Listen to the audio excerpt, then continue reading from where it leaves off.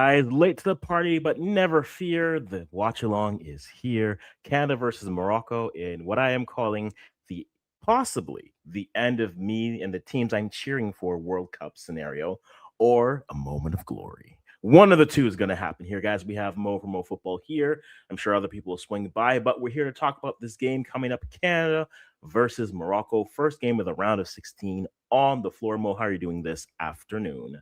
Hey, more games. I can't complain, and the excitement keeps going. This is true. As you can see, the black kit is right there behind me. It'll be on in a minute or so. But let's go through the lineups. We have them lined up here for Canada: Max Crepeau, Alistair Johnson, Luc de Fougerel, Moise Bombito, Richie Larea, Ali Ahmed or Richie Laye, Stephen Eustachio, Nico Segur, and Tejan Buchanan. And then up top, Taniel Louache, and then Jonathan David. For Canada, for Morocco, Bono, Mazraoui, Halal, Diop, Hakimi, Bouadi, Inyawi, uh, Brahim Diaz, Wani, and Kanous, and then Saibari, who has really been playing well. On paper, I think most people would select Morocco to win this game. For you, what are the big moments? What are the spots you think are going to be important to get a win for both sides in this matchup? I think it's probably going to be the battle of the flanks. I think that's the one I'm looking forward to. And it has to be a high scoring game, right? Since both teams love to attack. It's definitely a possibility. Like I think stylistically, this suits if Canada's going to play in their high pressing system that they have, this suits Morocco because Morocco, listen, they like to have the ball like Velcro. Yeah. And so we've seen them with that in their games. Now, against other teams, yes, we've seen some cracks, right? We saw against the Scots, once they got the lead, they kind of just let the game flow. They were fine defending it. And though Scotland tried to get a few chances, just weren't able to really get that breakthrough. If you look at their game versus Brazil, I think that's the standard where, listen, if you want to say that the game was even, I can hear that. I think for stretches, both sides played well. The first half, definitely Morocco were the better side. Brazil found their way into the game, but it's still a great achievement for what they've done. It's a step up, definitely, for Canada in terms of the teams that they've played. I think the best team Canada's played so far would have been Switzerland. And now Morocco is a different animal because I think for when it comes to Moroccans, they are, and I've said this for years, they're right now, they've built themselves to be very designer. And by designer, I mean, how do you want to play? We'll play that way. Do we have to play low block? We can do that. Do you want to play more possession? We can do that. Do you want us to be defend and counter? We can do that. We have to go direct, route one football? We can do that. And so there's a lot here that I think they can play with.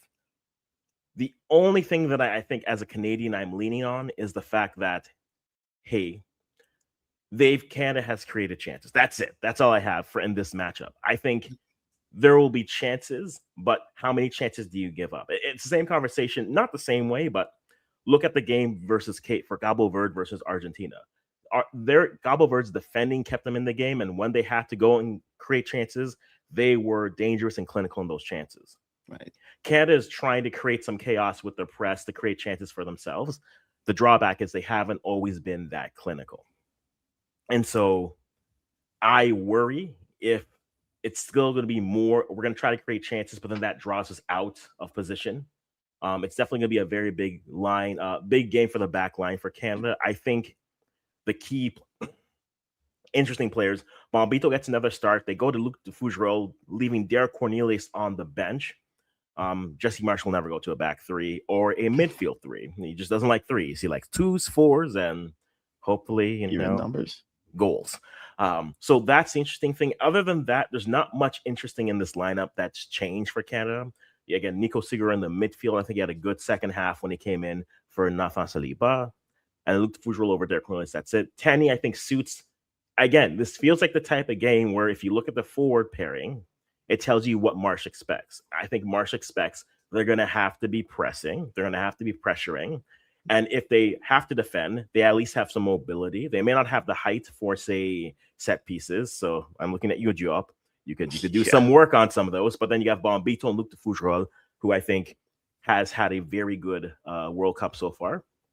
But this does read to me like Canada's going to say, hey, we'll defend and we'll pressure, but once we get the ball, if we can put the ball into space with some of our pacier players, you're looking at a Tejan, you're looking at a Daniel O'Shea. I think those players are definitely, or they're built for that type of a moment. If you have to pick one player per side, who do you have as your keys for the games for both sides?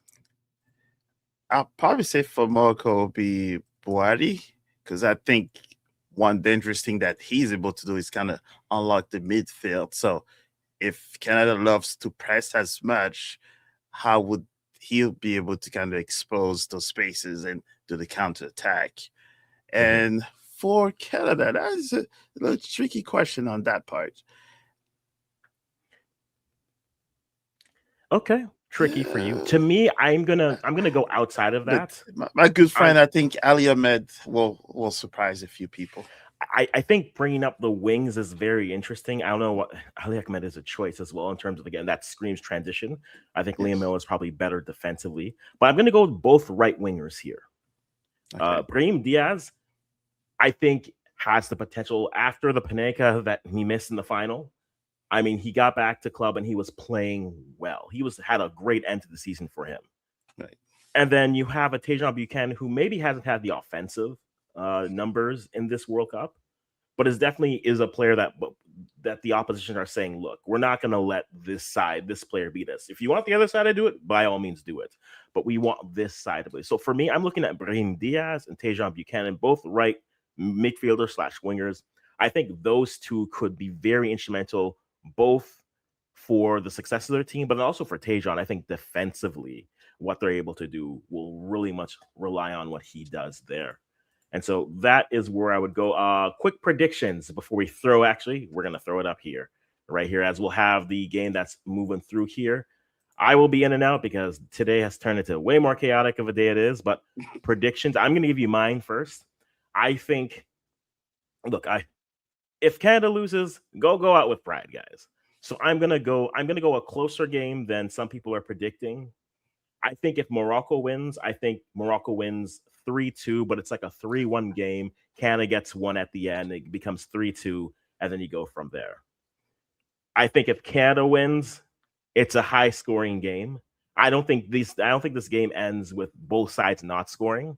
And again, very, very high for me. I'm gonna go if Canada wins, I'm gonna go Canada wins 4-3.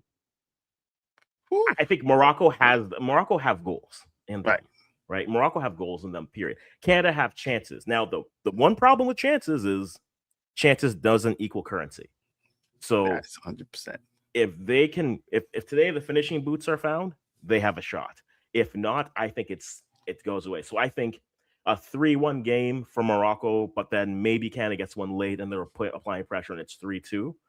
But if Canada wins this, it's a shootout. It's a up and down 4-3 type of a game, and winner goes from there. What's your prediction here?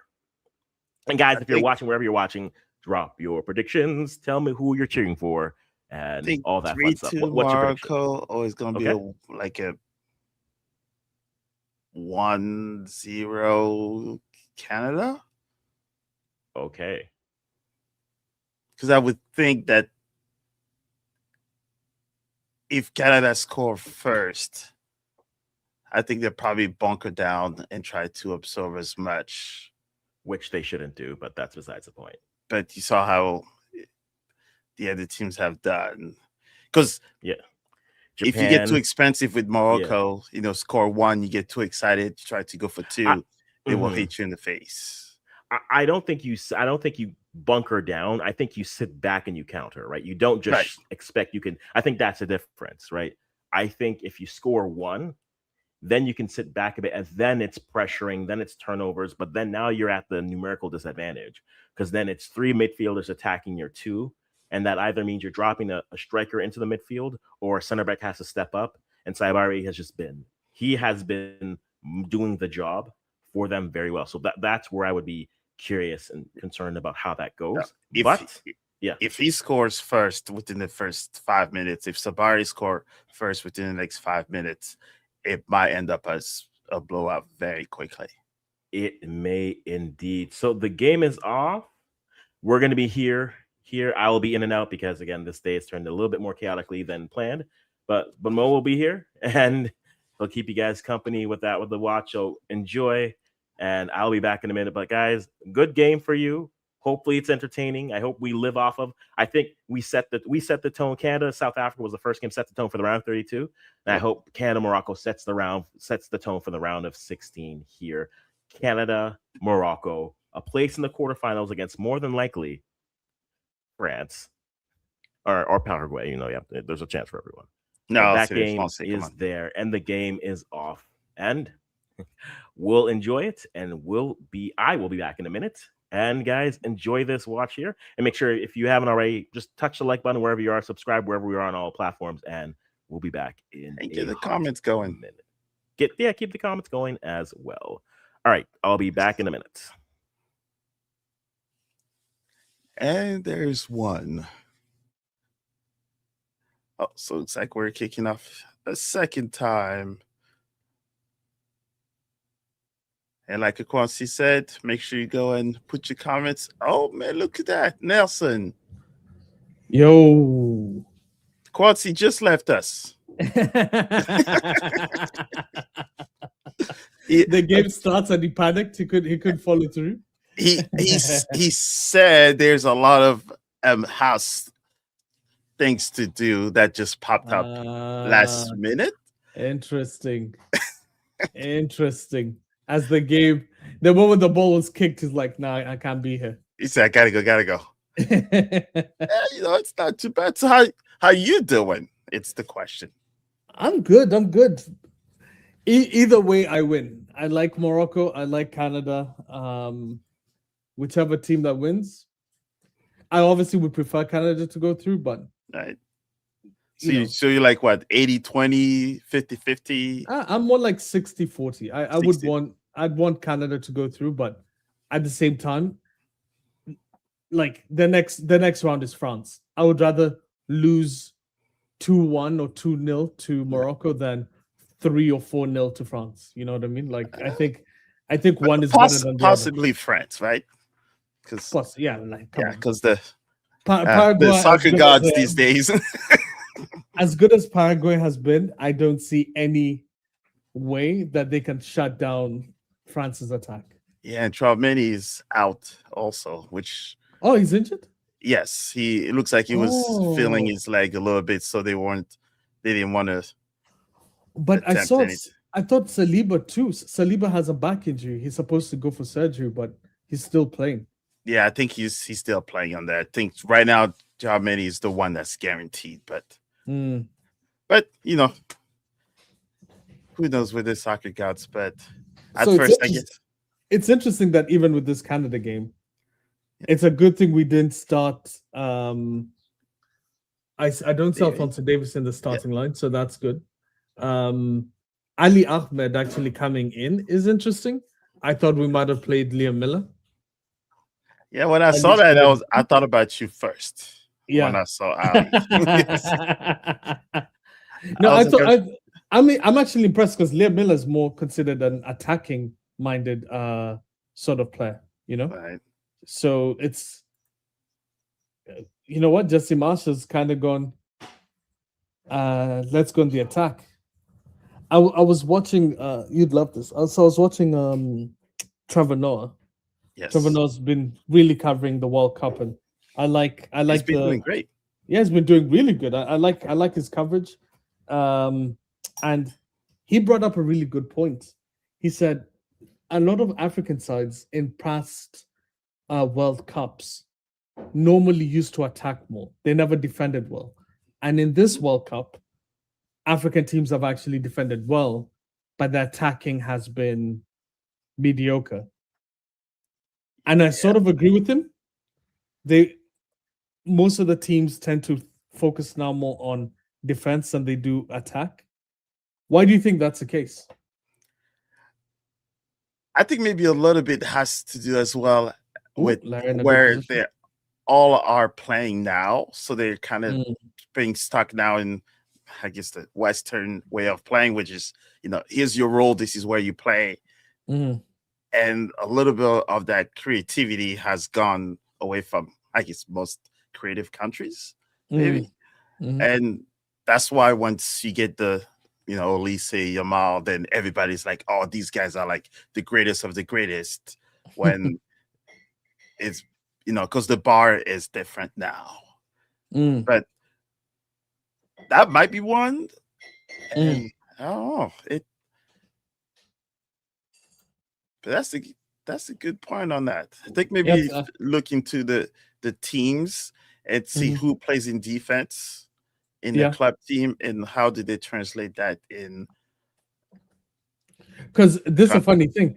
This is probably the most stacked. Oh, Oh, he should touch that first. He oh. waited too long. Yeah, you should wait for the ball to bounce. Yes. But that wasn't bad. Good. Hey, Canada started really well, like exceptionally well.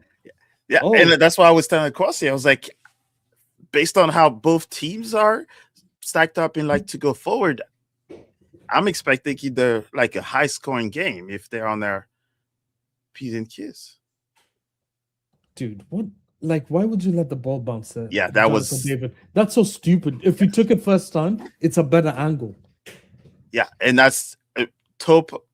That's the moment we just topoed it in the net. It doesn't matter So, how it goes in.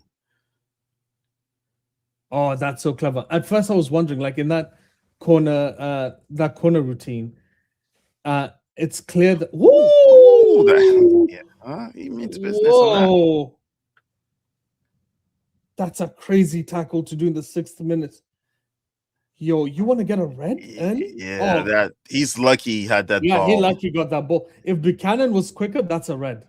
Yes, That and or at least a yellow minimum. it'd probably be Yeah, given a yellow, yeah, but they give him a yellow. it's But Oliver, the referee, the main, the oh British yeah, Oliver. oh my We god, we what know a him well.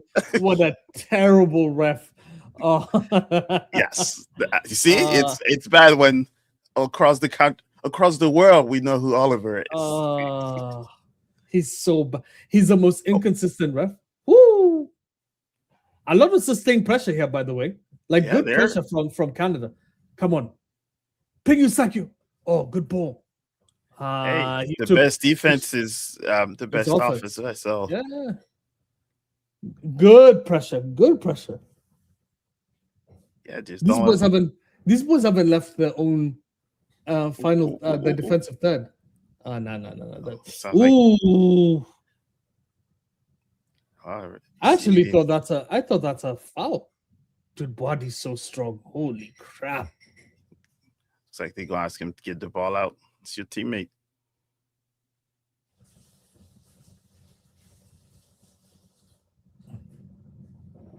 Is it a head? No, I actually thought that was a foul. I didn't think that was.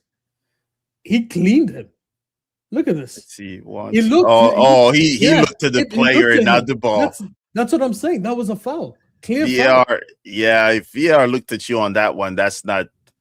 That's a yellow card offense. By the Yeah, way, he was Laria, looking. He I'm got gonna. lucky. I've been very consistent on this. Laria has been the luckiest player I have seen. Him and Rabio have been exceptionally lucky.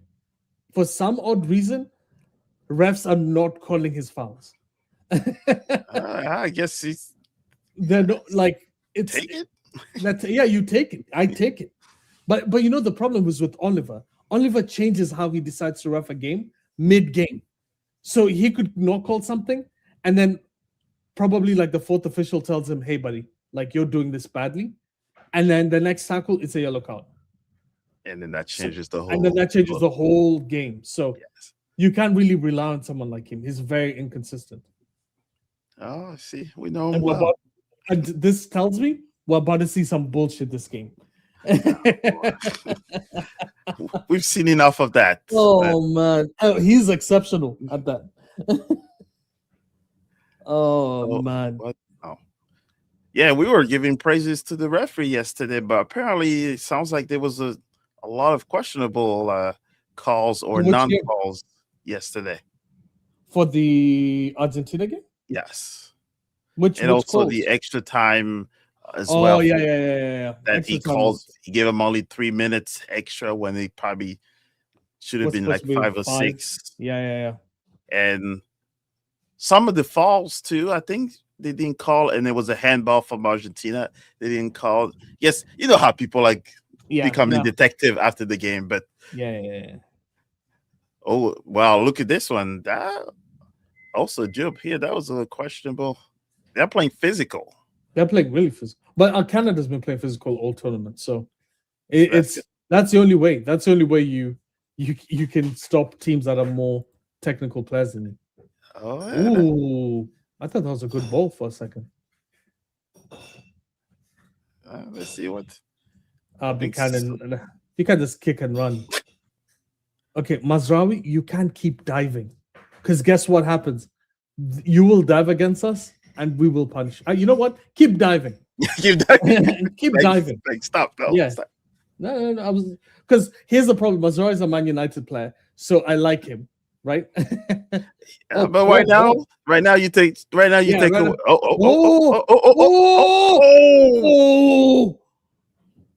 Oh, that's a bonus.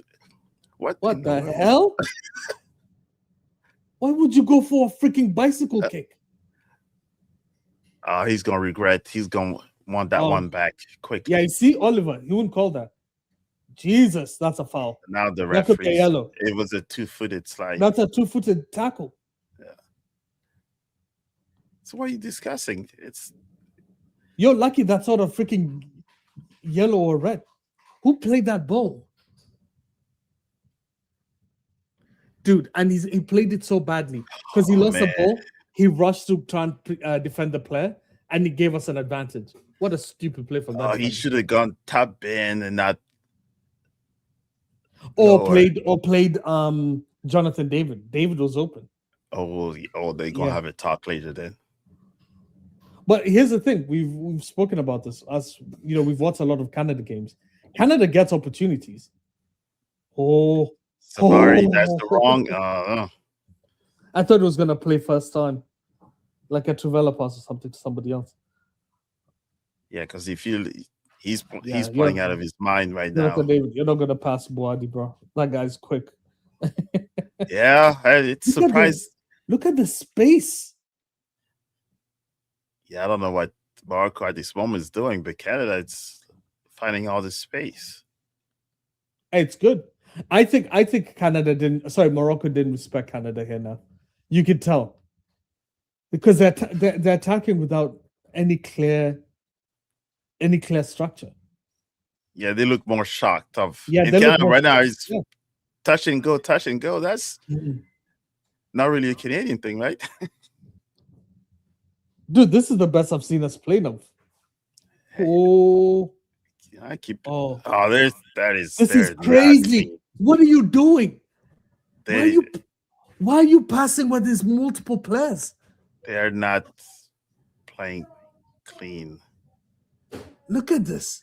You know, it looks like almost like when you see Canada has them on the ropes. Canada has them on the ropes. These guys don't know what's going on.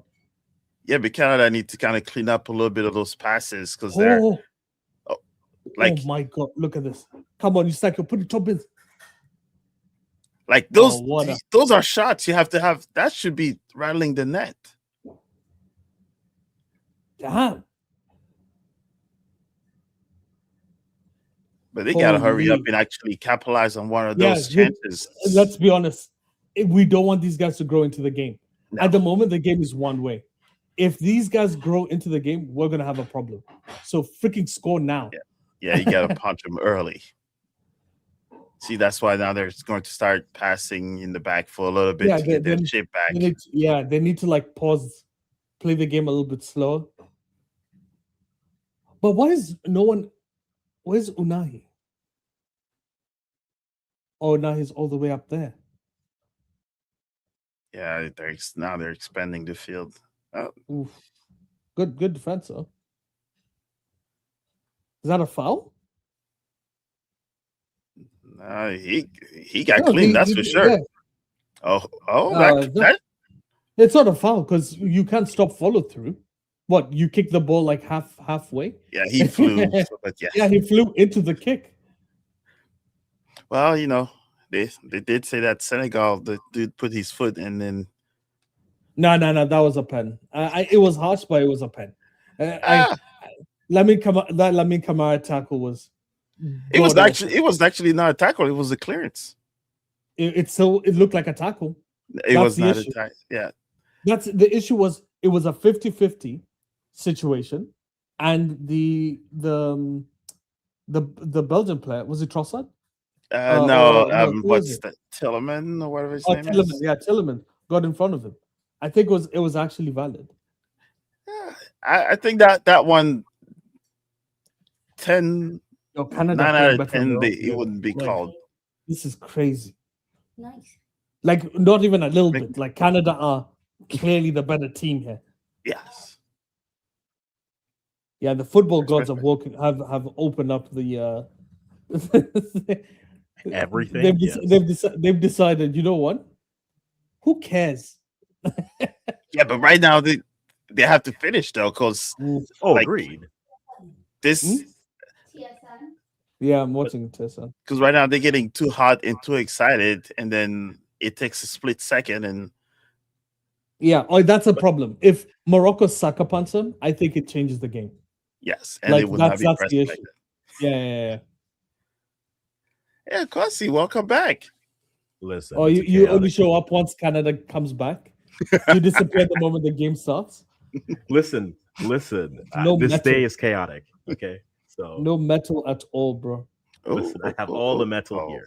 All right, but no, It's been chaotic for a long time. it is. But to your point, this is definitely a moment where it feels like the soccer gods were just like, you know what? Here's the I don't want to hear that payment. soccer shit. It's not soccer.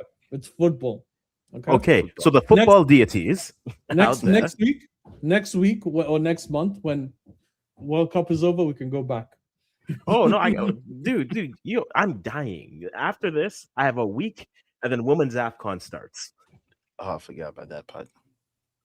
So I'm right back into it. Sure, I think I have to I go like to the a way you're- MLS game even before the World Cup's over.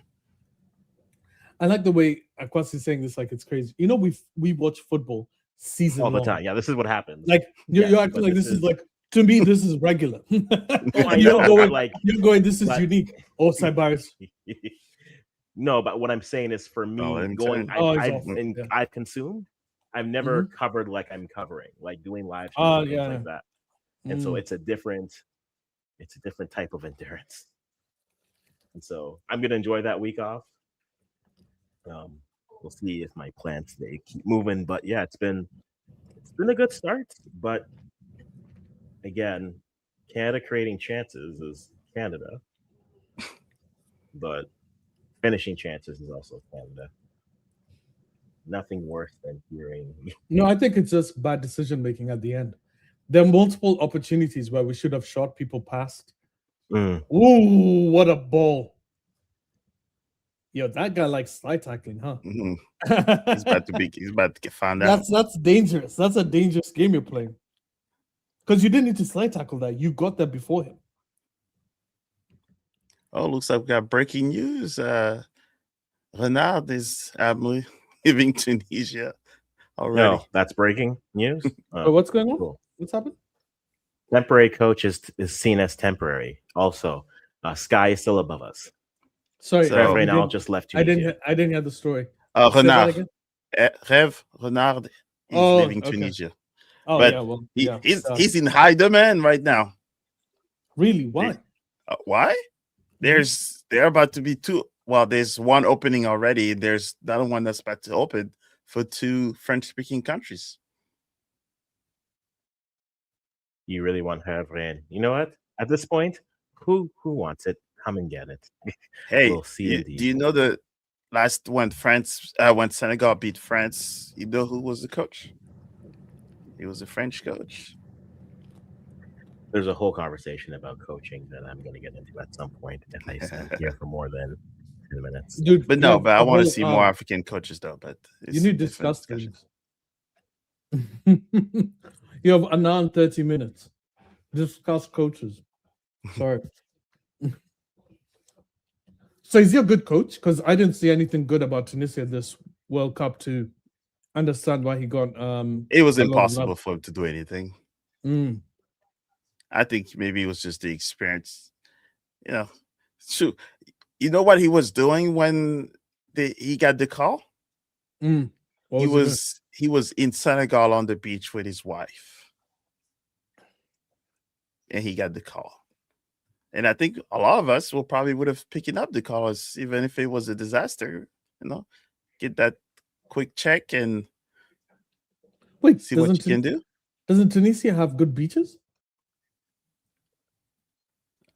I will assume so. Oh, okay. But he was in Senegal, not Tunisia. That's what I was wondering. Yes. I think that's where most of those folks love to go. Hmm. But this is a fun game so far. It looks like it's we have But not even heard much of Hakimi either. Dude, Morocco hasn't even gone out of their freaking box enough. Oh, if Sabai is out, it's over. He's holding his hamstring. Oh, if he's out, that's a whole other. That's their goal scorer right there. Yeah. Let's see. What happened? Overstretch. See, 1, 2. Nothing. Nothing happened. Nothing. Oh no, he's actually wincing. He might be. If he hurts him, that sounds like he hurt himself. Mm-hmm. Because they didn't. Just looking at the action, there was no kick, push, or nothing. Uh-oh. And Bayern is probably like start throwing stuff away in their office too. Nah, he's probably done. They're gonna tell him to go on the side. Oh, he's done. He's covering his face. Yeah, it's over. Yeah, we know when players cover their faces and they know they're done. Yeah. Oh yeah, it's a Canada win. It's a Canada win right here. Ooh. We have Rahimi who freaking beat everybody, and instead of going far post, goes near post in the last game, in the Netherlands game. You know, Morocco right now is not going to be. They're not too pleased, right? They just lost their best player. Yeah, the best attacking player just gone right now. But we saw what they did to Netherlands, so their bench is full of surprises. Hey, Gretzky's over here. Look at him. They brought all the stars. Why does that guy look like Theo Walcott? What the hell is that guy? Which one was that? Oh, I probably missed him. In the stands? Mm-hmm. Oh, I missed it. I was looking at my phone. Dang. I wouldn't be surprised. Everybody's out. Oh, that's too far. You know what? So far, Canada, they're making the Canadian-born goalkeeper work.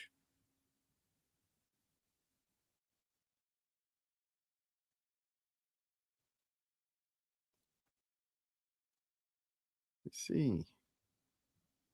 Been very pedestrian, Morocco, by the way. They haven't done enough. Yeah, they're not. Why would you play the ball once everyone's offside? That's such a stupid play. Oh. Yeah, they're not. Wait, you can't wait. They're changing. Wait, did they change?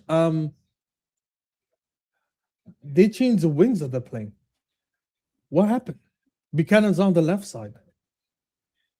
Oh, maybe they saw something that they want to take advantage of, Maybe.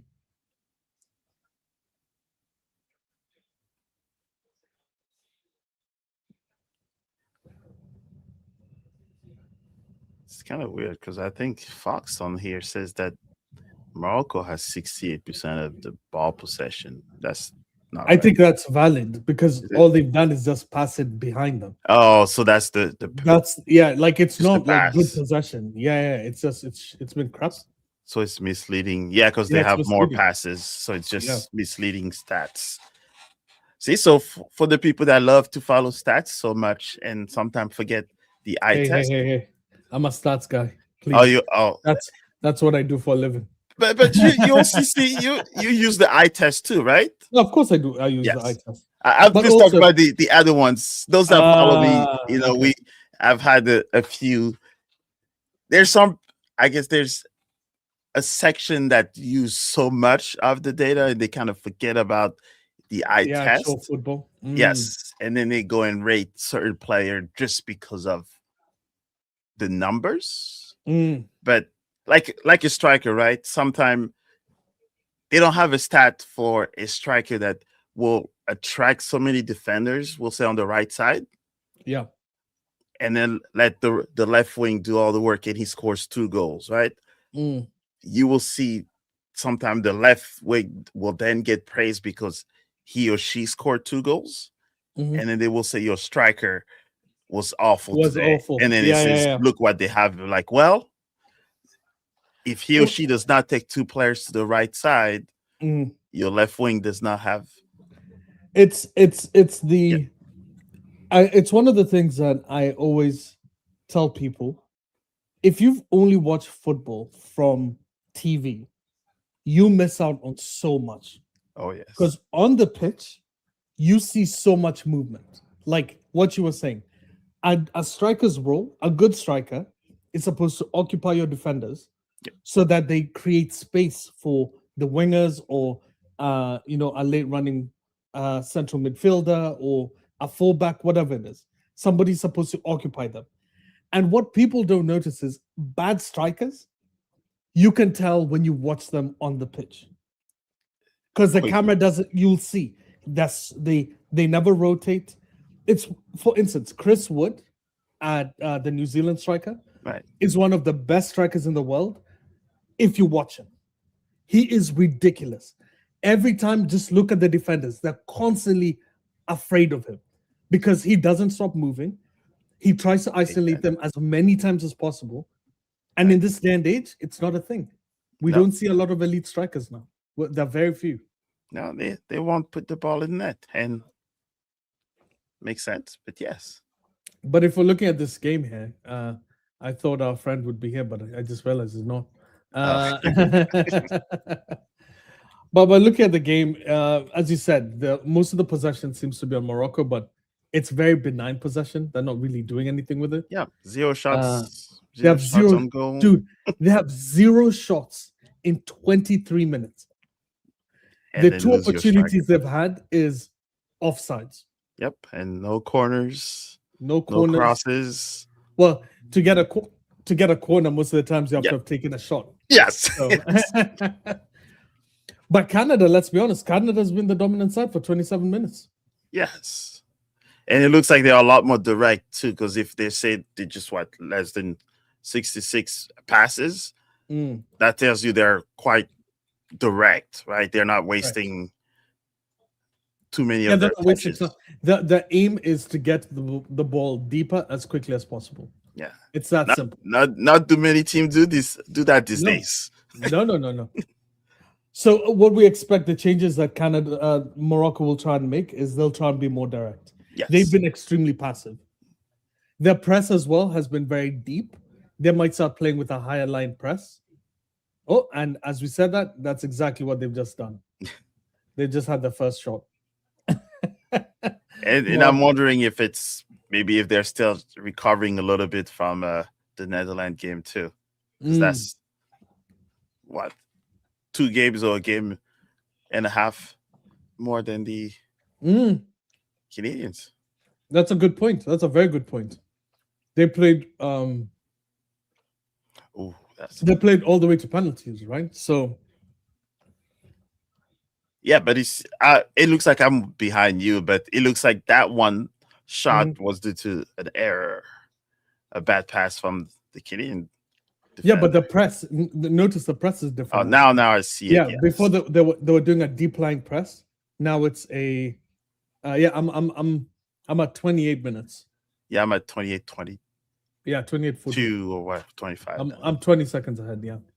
Yeah, and it looks like the other, and I guess we can call it the fun part is you see how quick how it changed is after the hydration. Yeah, exactly. We spoke about this. Yeah, the hydration breaks are helping coaches. This is going to become a coaching World Cup as opposed to a like a regular proper World Cup, where if you make a mistake for 45 minutes, you get punished. If that hydration break didn't happen, I think Canada scores a goal. Or they at least would they still be pressing Oh yeah, at this moment. the Still, pressure would be a lot more. yes. These boys, these Moroccans, weren't leaving their own box, let alone the half. And then all behold, a few seconds after hydration break, they get a shot. Yeah, and look at the difference now. Well, because I'm ahead of you. Yeah. But there's a sequence where Morocco's trying to play, and before Bouadi was playing like as a single pivot all by himself. They've changed it now. Now it seems like it's Ainawi who's the primary pivot to his left. Yeah, Yep. it seems they've changed that now. So again, these are the issues we're gonna have now. Your team looks good. I think Jesse Marsh set us up correctly. He set us up to annoy them. Don't give them time. In 20 minutes, they were able to hold on to a 0-0. They make changes.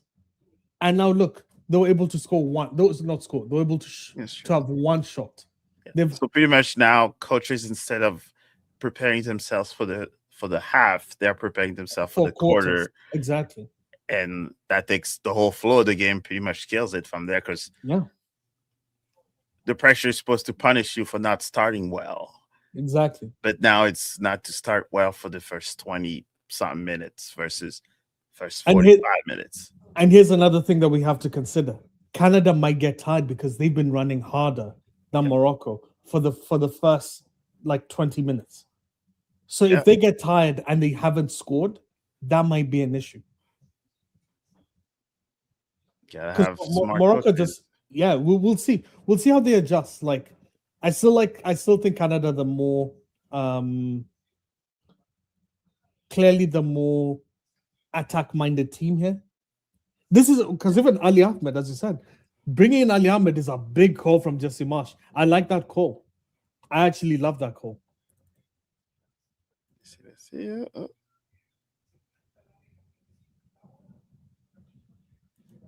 Did Akwasi just leave, by the way? Do you just I think he's coming in and out.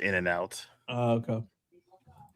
Oh, that's fun. Trust me, this is one of those few times where that's why I guess I'm on now. I was not 100% because it's 4th of July here, but happy 4th of July for the Americans.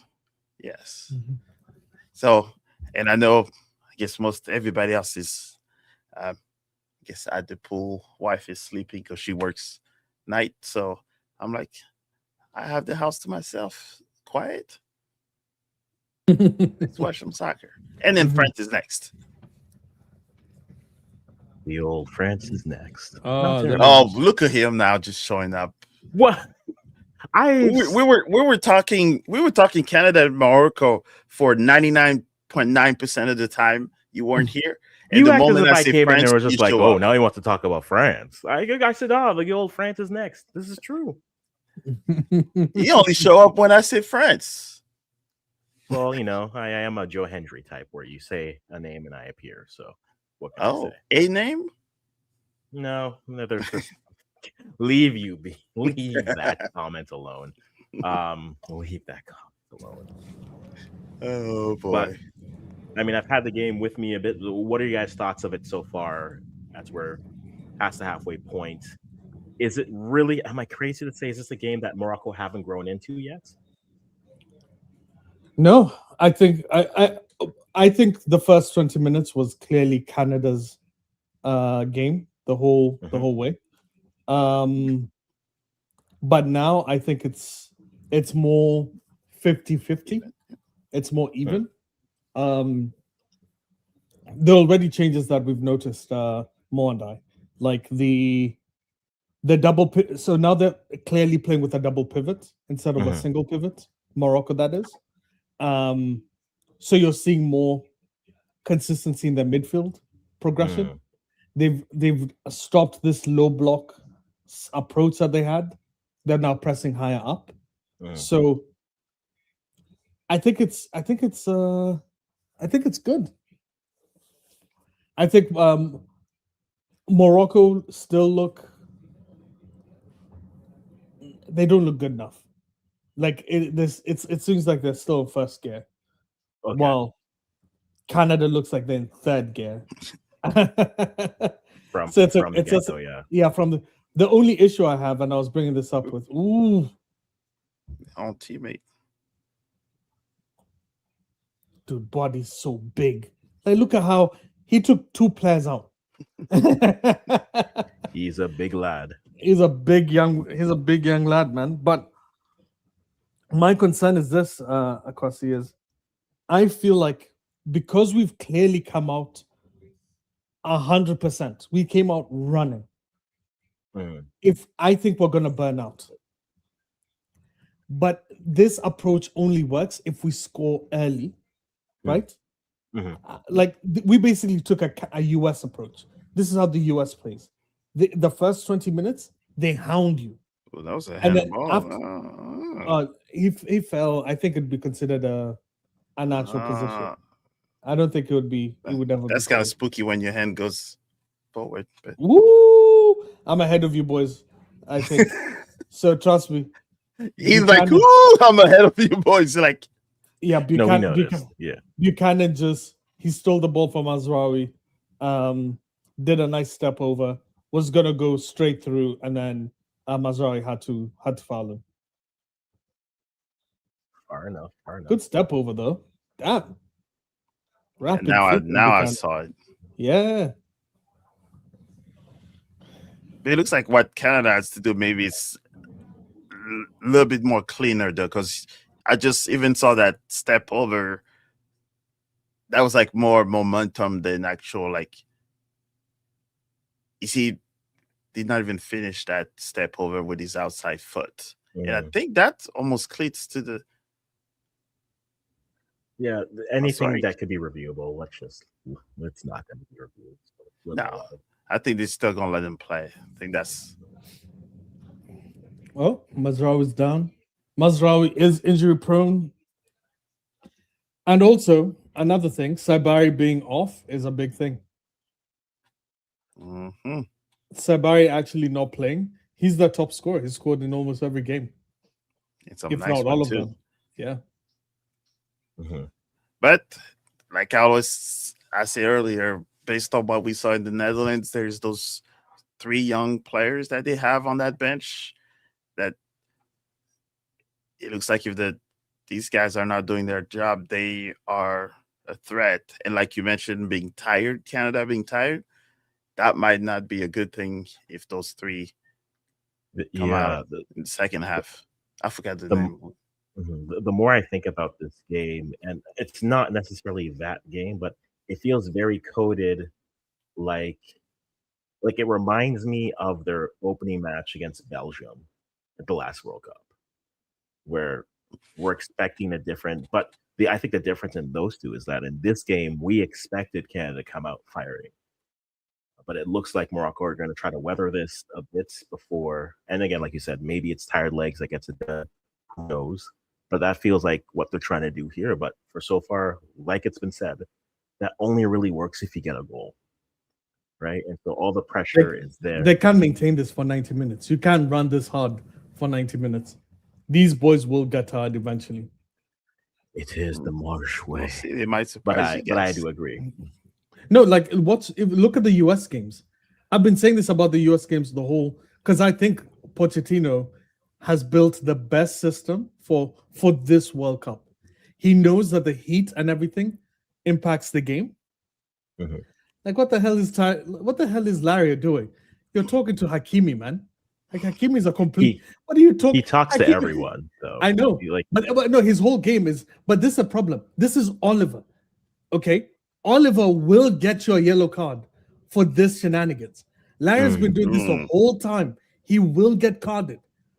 Please know your refs. He's one of the worst refs ever. People don't like him for valid reasons. Maybe because they don't play in his league. That's why. Yeah, he doesn't play in the league. Yeah. Larry, the fact that Larry has been doing this, it's worked for other coaches. Look, what I tell you. What'd I tell you? I told you yellow cards are coming. Oh, he gave Hakimi a yellow card, but no Larry? That is Oh, that's interesting. interesting. Oh, see, he gave Larry a yellow card too. I told you this guy was going to give you a yellow card. He I wants to knew be. it. He wants to make sure that he's the authority. Yeah, I'm Yeah, because telling those you, two won't keep their mouth shut though. That's Yeah. why, because they're still talking. if you keep doing this against Oliver, you will get carded. So what happened here? Oh, just a push. And it's because of all the talk. They kept going. It's like, Yeah.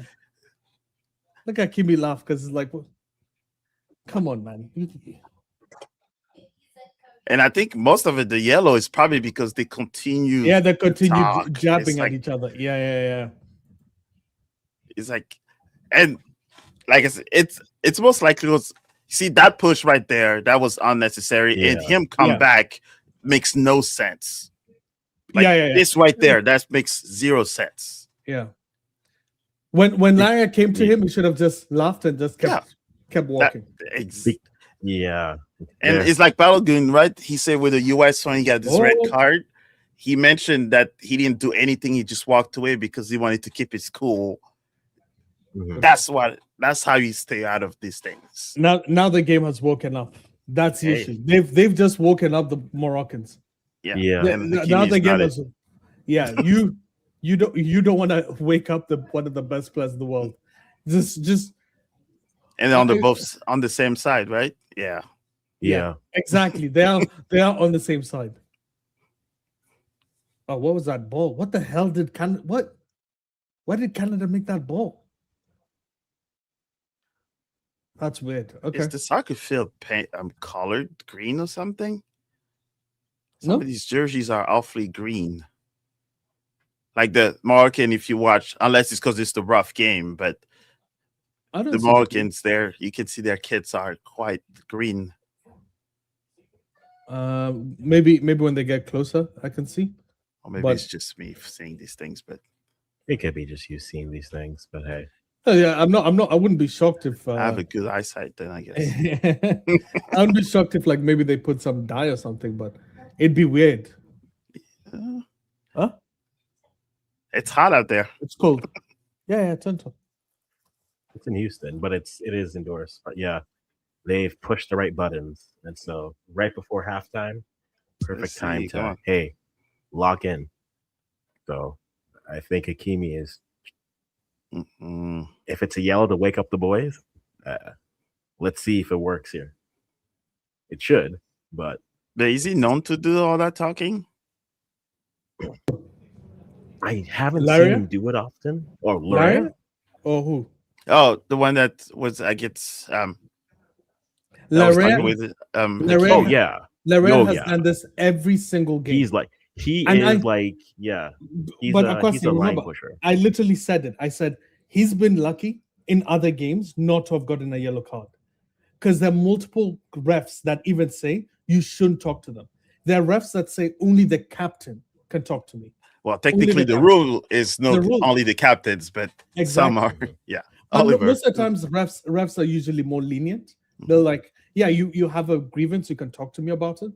But like guys like Oliver, Mm-mm. you're not getting away with this. Like he will give you a yellow card. Ooh, that's a good turn. That's a good turn. That's our foul. What the hell is Brahim Diaz? That's how What you the get hell? a yellow. Yep. See, so now his hand is in his pocket. Now, you see what we were talking about. Yeah. What? How Now- is that a yellow card? It- What the hell is that? Let's see. Oh, is that who got it though? Jonathan David. Let's see. How the So hell is he's Jonathan running. David? Bro, that's what That a yellow is card not. He offense. just touched him. That was like swipe What his the hell shirt. are we watching, man? Well, He's- Raheem has See, Raheem is there, but Hakimi he has did not. woken That up was into not a things. foul. That's not a foul. That's not even a foul. Leave alone a yellow. It's not I a would have foul. given it to the previous. What's his name? Like if you wanted to give a foul, you can at least tell the Canadians, hey, you can't do that. Oh, yellow. Well, it's got a yellow. Another Moroccan got a yellow. Yeah, Unahi? Wani got a yellow. Unahi. Sorry, I see the Unahi. My bad. Yeah. Unahi gets the Yeah, yellow. because there's Ayan Nui and there's Yeah. Unahi. It's It's probably dyslexia is Unahi. getting me Oh today. yeah, Probably that's you get 'Cause that. he is- That's he not is even a Arabic. question. You know what, guys? Keep getting yellows. Keep getting yellows. That's that. I don't mind either team to get yellows. This is not what we meant by the most colorful matchup of the day. We did not Yeah. mean No, all but the cards. here's the issue with Oliver. The game becomes the ref game. Ooh, That's the Yes. problem. Yeah. We're not playing football now. Now it's just cards. Now Mhm. now the game becomes how can I get someone out of this game? How can we get a red card? That's what the game it basically boils down to. Yeah, because they all will be on yellows. Yeah. Oh shit. That's never a good word. C'est la vie. Now everyone's diving. We haven't seen dives in the whole World Cup. At least avoided one, but diving. he got a yellow. Oh yeah, the one. Oh yeah, the one we The forgot one. about. Misidentity. Mistaken identity. Yeah. True. All right, gents. I'm gonna run off and be back here for halftime. Gotta go check some here. Yes, sir.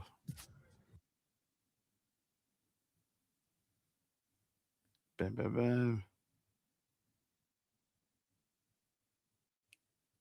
You know what? It's been quite entertaining.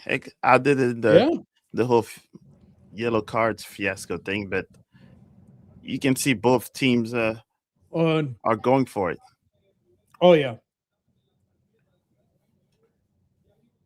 But the thing that you have to respect Morocco for is they have been able to take Canada's first impressive 20 minutes and have kind of killed the game. The game has slowed down immensely. It's not as quick as it was. We're still seeing, like, a lot of it is being contested in the midfield. Oh, that's a bad pass.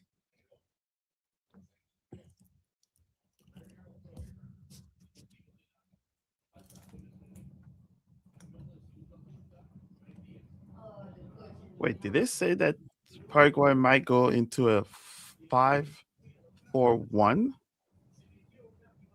against France? That's what I would do. Against France, honestly, if you're Paraguay, you just have to bank on either scoring one goal and defending for your lives, or going to pens. That's your only option of beating them. The coach pretty much made it an open season to get a whooping. He went and said in '98 he played against the French team, and this year he's playing against the African selection team. He went full blown racist. No way. When I first saw it, I was like, that maybe some misleading. No, he said that, and I said, yo, that's open to season. You okay? You know when Argentina said that stuff when they won the World Cup? Yeah. Oh, when they said it. No, I know they still do, but I'm saying when they said it, they didn't say it before the game. They said it after the game because they were like. But the fun part is they said it when they won Copa. I think that was not even against France. Oh, true. Yeah, they did it after Copa, not even after the World Cup. It had nothing to do with France. Yeah, that was a funny thing. Was you win another competition and you go, we hate the French so much, we're just gonna bring this up. A completely different continental tournament. That's so true. I actually forgot the time difference. Yeah. But anyway, like what I mean was, like Argentina didn't even have the balls to do that because they know how good France are. You don't need any. Oh, ooh, this is a good attack from Morocco. Oh no. Go. And you see how those two occasions starts with Canada making mistakes. Yeah. I don't know. Paraguay was probably not a smart thing to. That's not a smart thing to do. You're just gonna piss off Dembele. You're gonna piss off Mbappe. You're gonna piss off everybody. Yeah. Like you're lucky Tchouaméni isn't playing because every tackle he'd have left something in there. You know. Yeah. Maybe they should have learned. Valverde when he tried to mess with Tchouaméni, Remember what he damn concussion hospital. He beat the brakes out of Chouameni. Chouameni had a bump the next for Yeah, like no, that's Stormini that sent Valverde in the hospital. The whole Real Madrid Mhm, argument. mhm. I guess Stormini maybe that's why Stormini says he's not playing because he might He get might, he a red might, he might beat somebody up. Yeah. He went full blown and now everybody's like, France better beat the break out of him because you open your mouth and says a lot of people have had too much.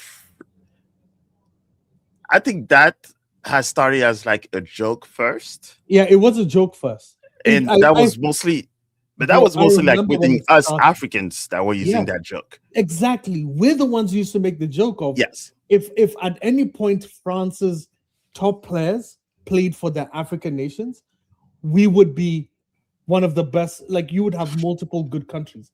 But now Yeah. it was a joke. It was always a joke. it We was, always and then saw people that. just took it. Like I don't look at Mbappe and think, oh, Cameroon. Or I look at Olise and I go, wherever Olise is from. I don't know what Olise is Yeah, from. but But yeah, I and never see that. they're attacking him the most. But Yeah, I know. Or Olise or Yeah. Mbappe. no, Elise, because they're technically, he's born in England, Yeah, he's English. I know he's English. and Yeah, his yeah. dad and his mom is the French Algerian. Oh, interesting. Yes, so he never lived there, and people use the whole like he doesn't speak French as much. Mhm. Anyone that's in the diaspora that knows that when you have kids from in the Western world, Mhm. not everybody speak the language. Like Wolof, my parents, I will understand 110% of it, but Mhm. to talk it, it Mhm. will be a little bit different for me to talk about it. So does that not make me Senegalese anymore? I Hey. know a lot of friends here. Their parents are from another country. If you live in that Western country, unless you speak it and do all of that, you might Look, not do. we don't even need people who argue this, that it's such a stupid argument. Yeah. Because They just don't know. we and everyone understands it. As long as you have the prerequisites for representing your country, you have the citizenship, then you can. As long as you have the ones that to be fair, there are some that I hate, which is like the Qatar model, which is clearly Yeah. just like buying basically a player's citizenship. Pretty They much, don't really yeah. come from there and stuff. That's another one we can have a separate discussion. But like, look at the Canadian team. It's people from different backgrounds. Yeah. Some are Portuguese, some are, but you know what? They're Canadian. They come from, they've grown up in Canada, or they moved from a different country to Canada when they were young, but they went through the Canadian system. So it's insane to look at this guy and then say, but you're not from here. Dude, he's representing your country. Yeah, Of and course and some of them probably appreciate the country that they're representing even more for getting that opportunity, because it's a choice. It's not just you being born there. It says, hey, Exactly. I'm this. It's like, especially it's a choice. Someone goes, I had the Lisa one, they were like, oh, he doesn't want to play for England because England aren't good. I'm like, England isn't Kenya. Yeah. England is one of the top 4 countries. No matter what. You guess what? If England have Olise, England are scary. How about that? They would have one of the best creative players, and who plays with Kane. Yeah, and who knows if they would even let him play like he does. Yeah. Oh well, they would. It's Olise. And the fun part is, what people don't know is that it's his mother that sent the tape to the youth national team for France, because he always wanted to play for France, because his mom is Algerian French. He played in the youth, I think 16 and 18, and then he played the Olympics. His teenage years all have been in the French national team. He speaks French. He can communicate, because I've watched plenty of him. He even used French terms that we use, in middle of Paris and all that. So he knows it.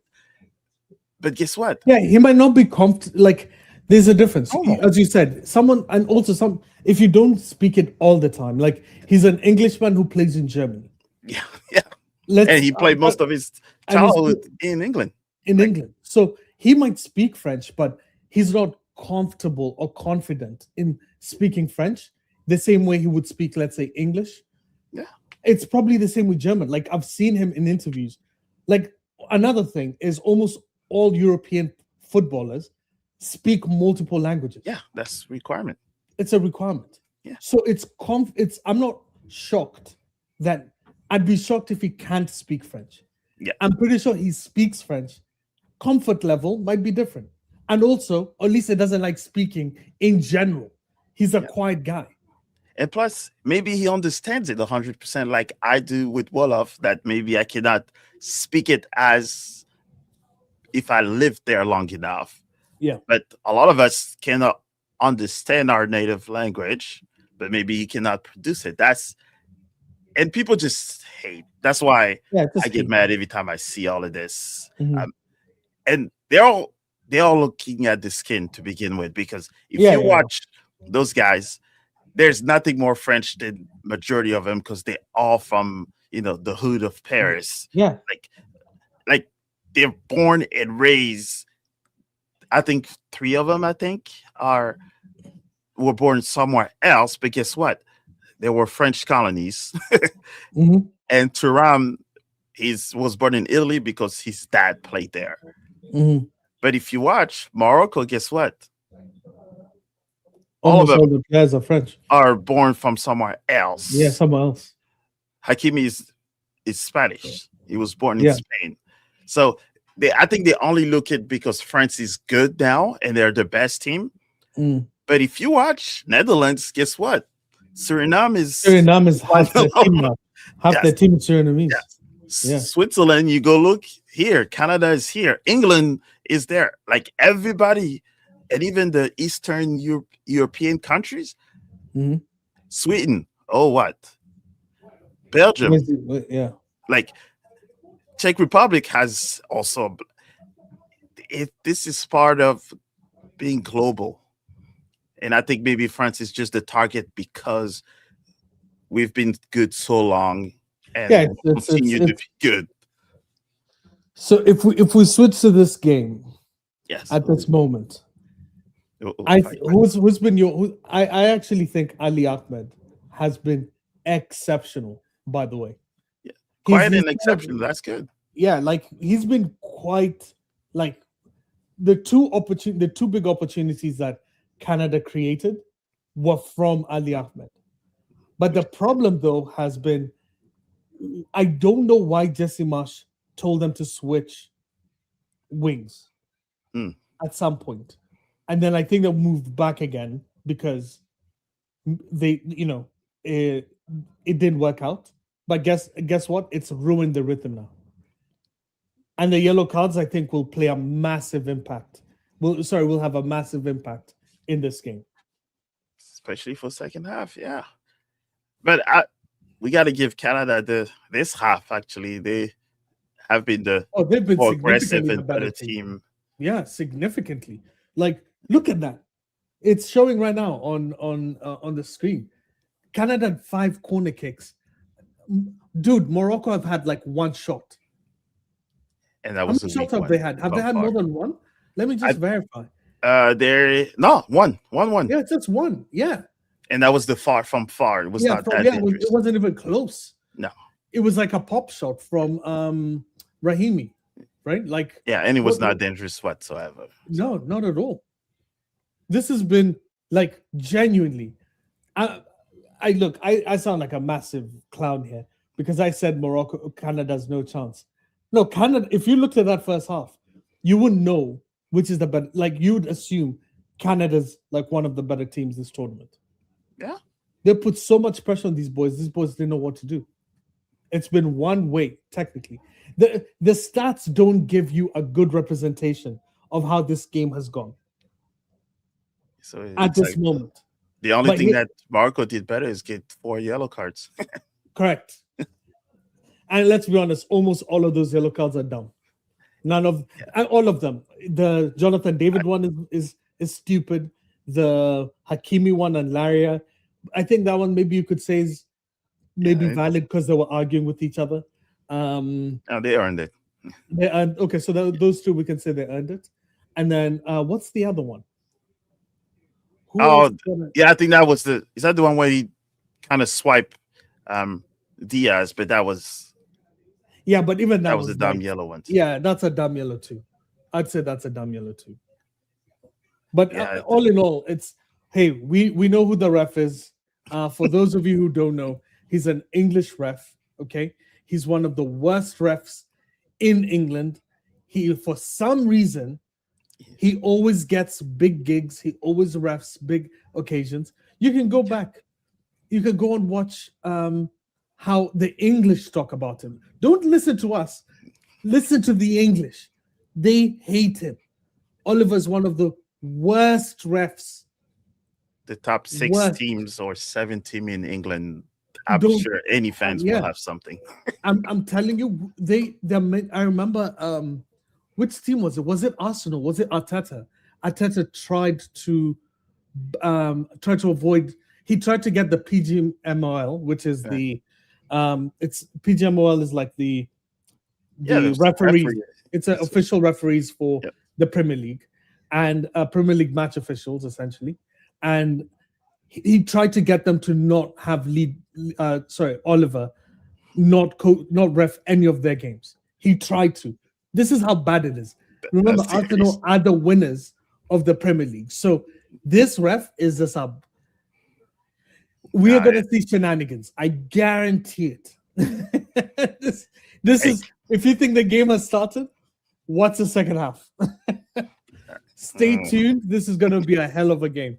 But for Canada, my only concern, and I'll say this over and over again, they ran a lot in the first 20 minutes. They ran a lot.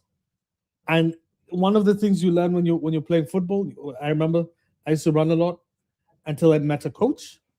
And a coach always tells you, preserve your energy. Yep. Preserve it. Always. Use That's the spacing. first thing. Yeah. And they didn't look like they were preserving. I think they thought we catch them off guard, we get one goal, maybe two, and then defend. Defend for our lives. But the problem is they did not score. That's the issue.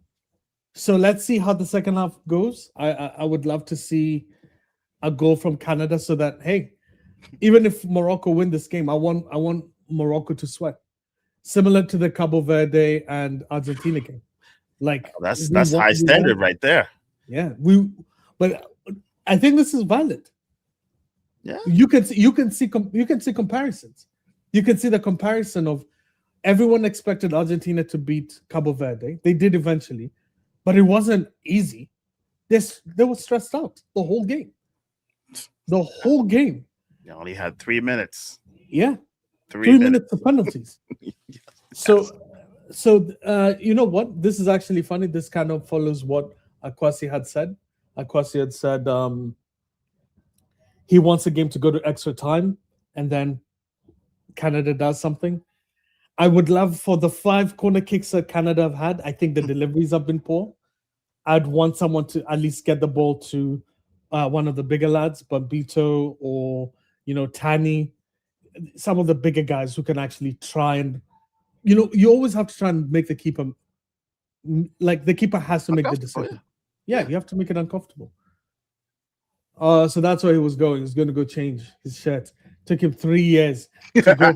Not even. Yeah. The shirt was right there. Don't even start with me. Yeah, no. You disappeared for a while. You had to go clean it. Make sure it was loved properly. Yeah. Listen, you go outside now, you're sweating. So he went outside, was sweating when crap. I went outside to see what the weather was like. I was like, it's like I ran a 5K. But listen, just perusing the onlines, there's 2 things that I find interesting. I'm seeing a lot of Moroccans and saying they need to play better.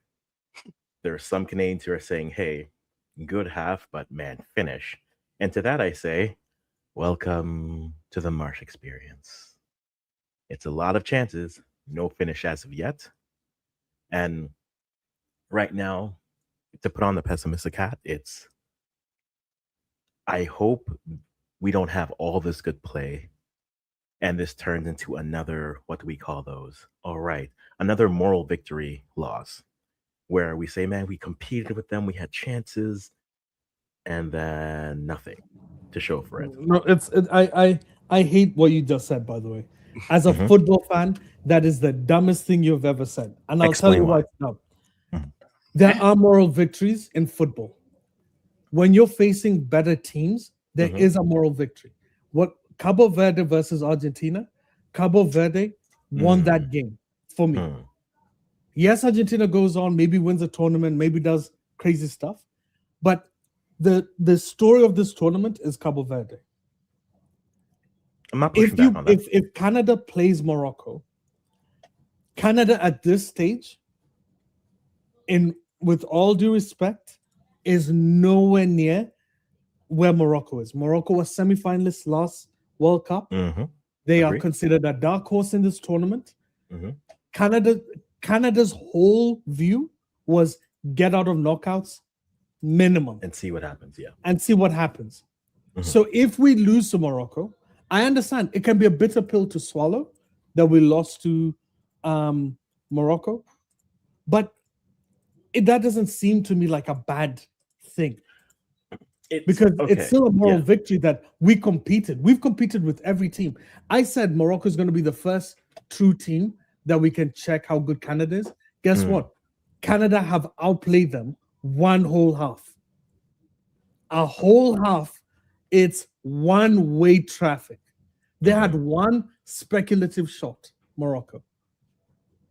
Let's see how the game goes.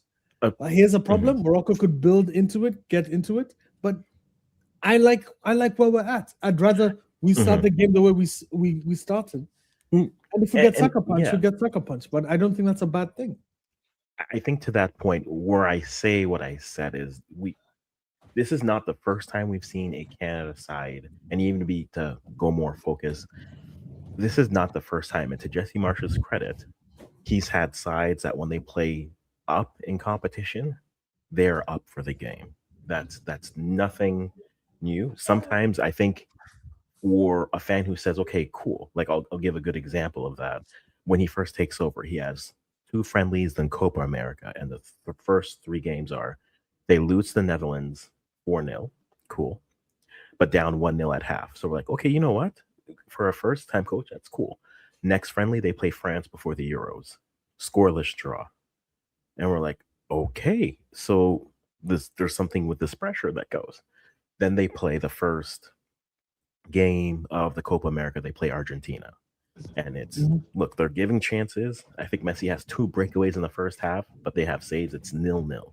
They end up losing the game 2-0. And it's 3 performances where you say, look, they competed. They were in the game for a long stretch of time. We're not going to deny that. We can't wait for when the results will match them when they face those types of teams. And so for me, I think the hoping it's not that, it's look, there's like you said, and it's true, there is always lessons in football. You can always take a lesson from it, win or loss. I'm hoping it's a stepping stone moment and not another lesson. But hey, another lesson means you're learning something new. Let me teach you. Let me teach people here about other parts of football. I watch a lot of club football. I've watched World Cup since the one I can most remember is '98.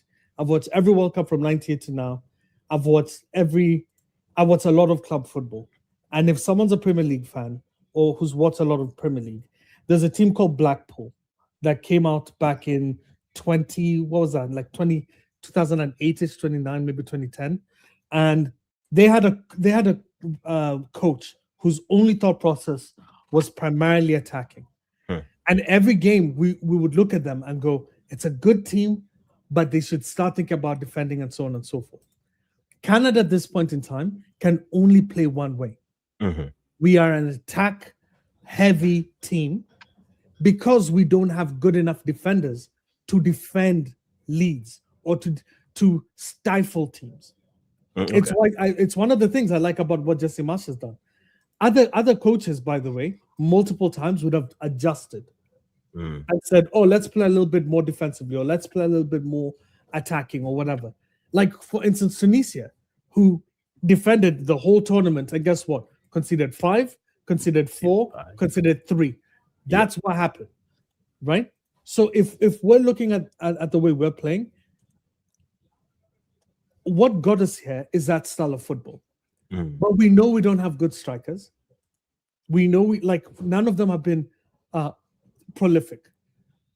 Kyle Aaron came in, scored 2 goals. People thought, oh yeah, we've got something interesting. And then back to form. Then Promise comes in, scores, but guess what? Has nothing else to offer. Tani and Jonathan David are the best pair. They create a lot. They're the ones who help make us look good. They help make us look dangerous. The issue they have, as you said, is they also don't score often enough. That's the issue. Yeah. The issue is we lack the final bits. But bro, if we had those final bits, you know what you'd be saying? Canada's beating Morocco. That's the Fair. difference. Fair perspective. The argument we're making is if you have, when we say France is winning the tournament, why do you say France is winning the tournament? Because you're saying you look at Olise, you look at Mbappe, you look at Dembele. When you look at Spain, you see Lamine Yamal, you see Oyarzabal, you see what's his name on the left wing? What are you doing? Baena. Wait 1 second, I'm watching. What are you doing? Don't argue with the fool. That's crazy. Yo, Eustaquio was going to get yellow. I guarantee you. Well, lucky for him, he's the captain, but but you don't get that close to a ref. You don't especially to that guy. You don't square up with a ref. But that was a good counter press from Canada, by the way. While we were talking, sorry. No, fair point. Yeah, but it's a very fair. It's a good leveling point to what you're saying there. So no, I think we're I think we have impressed this World Cup, and it's been really good that we've been able to go toe to toe with every team we faced, including Switzerland, including Morocco. But the difference between good teams and elite teams is that elite teams only need one chance to score. They just need one. Good teams need multiple because you just don't have that quality, which is why I like Jesse Marsh's approach. Oi, oi, oi, oi, oi, oi,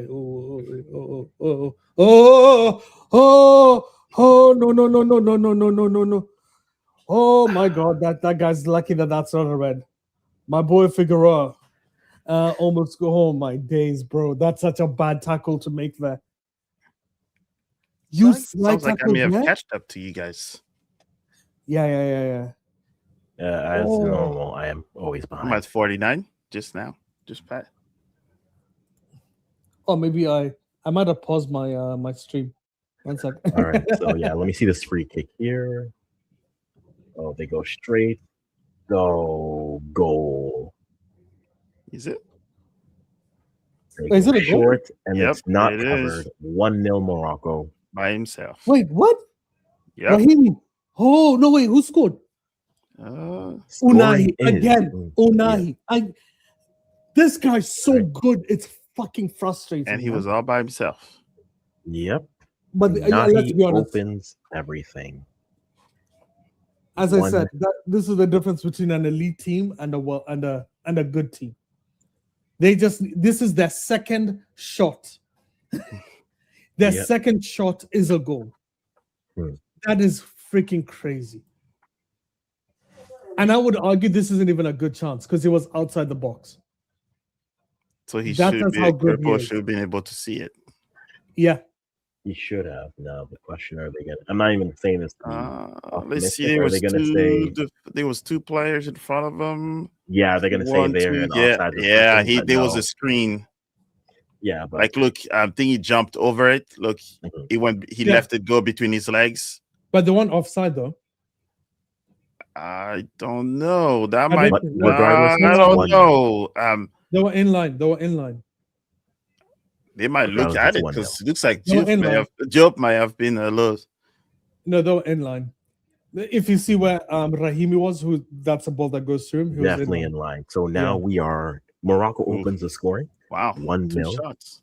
That's a clever. It's a set clever piece. set piece. Yeah. Yeah. Yeah, All That was credit the to them screen there. because he couldn't see anything until he let the ball go. but hey, here's the thing: Canada has bounced back against like Switzerland and them. Like, Mhm. so I wouldn't be shocked if They haven't If- not if- scored one goal. in Yeah. the tournament. exactly. Yeah. I don't. Yeah. And by the way, Canada, Morocco haven't looked that good that you could Mhm. argue. Yo, Lara needs to relax. By the way, I know Oh, he you plays, saw that turn, huh? yeah, with Brahim Diaz. I know he plays with that edge on his side, but dude, you've been lucky. This World Cup, you've gotten refs who don't care. This ref is different. Play your ref, man. And experienced players will use that chip on your Yeah, shoulder. they'll use that. They Yeah, know it. They're gonna they're work lucky at that that's. Ooh, it's a deal. Ooh, Jesus, that's a hard tackle.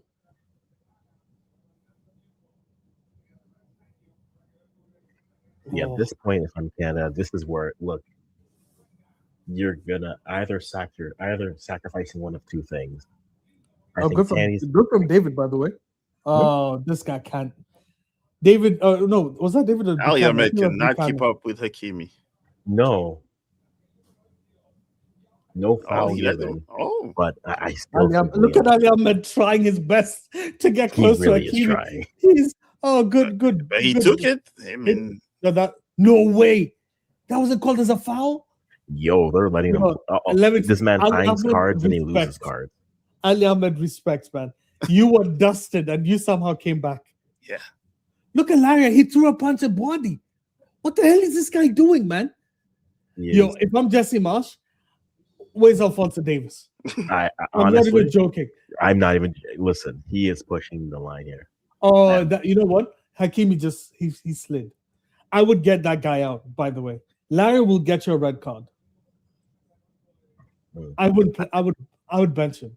And you don't I know think where they- Buhari's yeah. from, too. So he might-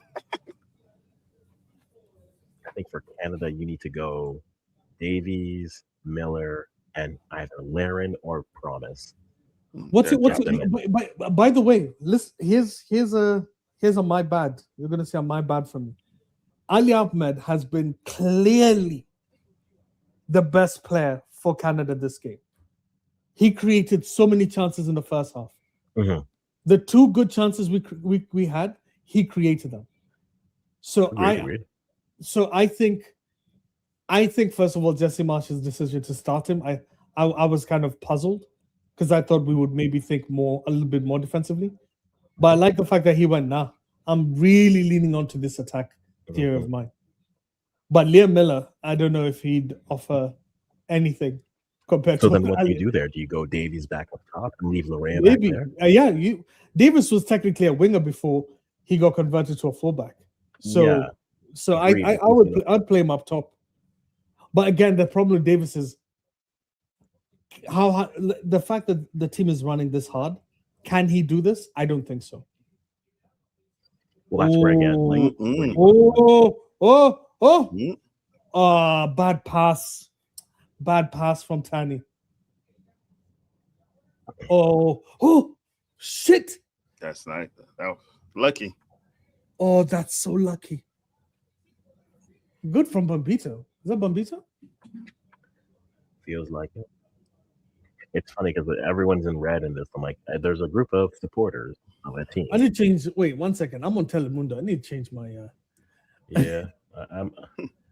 No, I'm living dude, I can't stand these Canadian ones. Everything's. Oh my god! Wow, it's too up there. I need you to come down to my to my Your level of Yeah. calmness here. Yes, yes. Yeah. Says the man who is hooing eyeing as well here. But I know my issues. Well, what time is it? hey, there's a short of you out there if you react to every Canadian goal. So I appreciate you for the content. Is that? Yeah. Dude, I like goals, man. Obviously, like all of us should love goals. When I see a goal going, I go crazy. Marsh is not But again, looking good. 1-0 into the second half. Morocco finally break the deadlock. Canada, not trying, just haven't been able to crack the code for them. in terms of scoring, but there's still some options, and if we march it just He's the got funnel plenty of time, on the and schooler. Oh, there is plenty of time, but they need to make a decision. We'll get to at the 60th minute before hydration break. They need to make a decision. A decision on what? We've been playing really well. I don't think you break that. I think sometimes the best decision is keeping the players you have on, except Laria. Laria just looks like a red card. I hear you. I raise you. Well, actually, that's a lie. They didn't keep everything. Yeah, I think in this type of a game, if your finishing isn't there,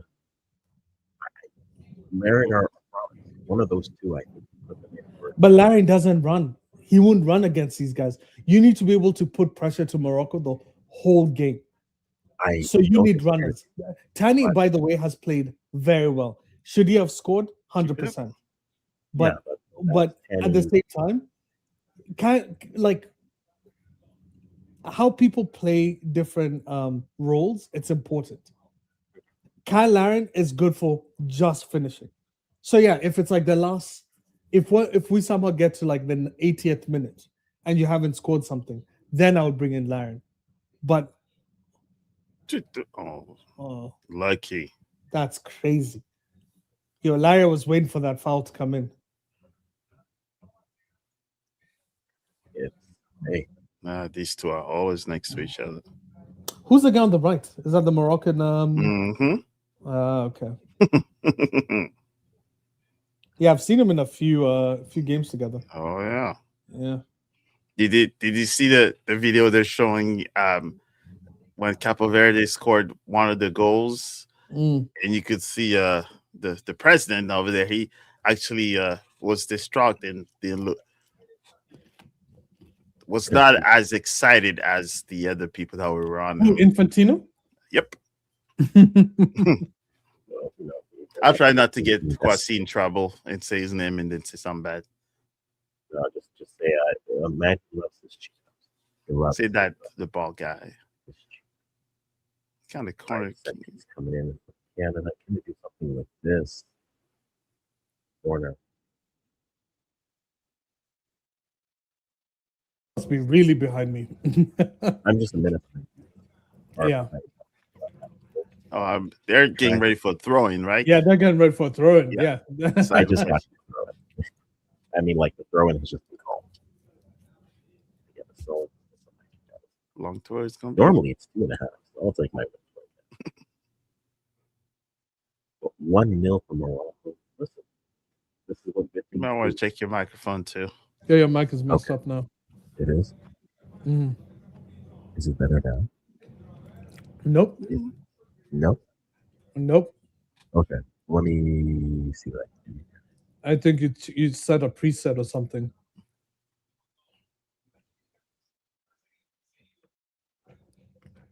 Nothing automatic is there. Perfect. Actually, you know what?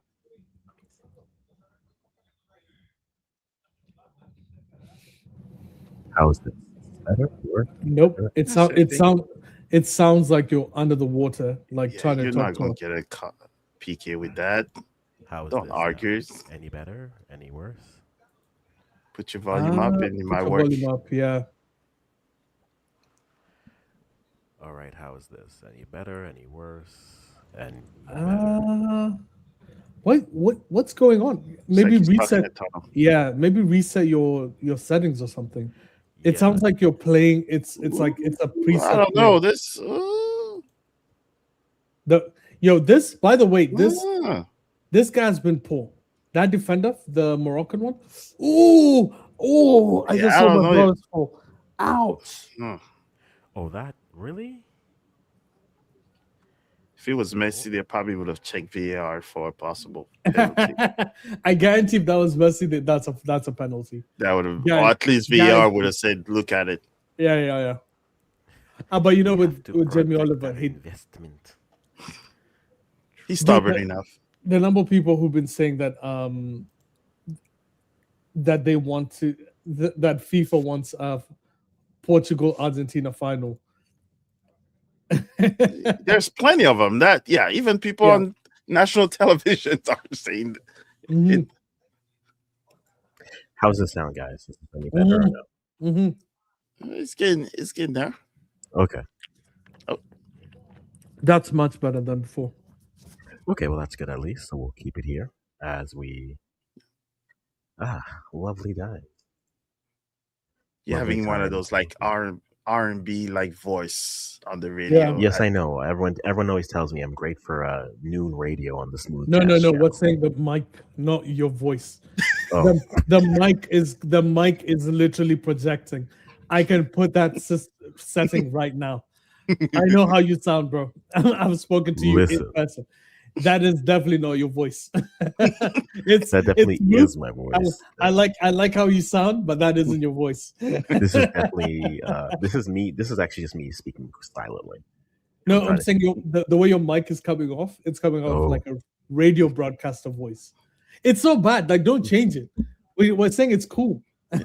Yes. Adjust something here. Oh, there. How's this? Oh, that's Oh, Is this better? Yeah, louder. yeah, Yeah. yeah. Okay. Well Yeah. then, we'll stick with this as we have our second substitution coming up in this game. As we Not have bad. Oh crap! Talby came on. Talby's the one that you Talby's were on, talking and about. so Talby and Amrabat Amrabat are is on. okay. Amrabat Yeah. isn't that good for me to worry about. But hey, he played left back for the whole of the other World Cup, and he still That's true. did well. All right, and Kyle Laren's coming in for Daniel O'Shea. So they're going for goal. Ah, okay. They're going for goal. Let's see. I've been clowning Kyle Laren for not running. Hopefully we see that more.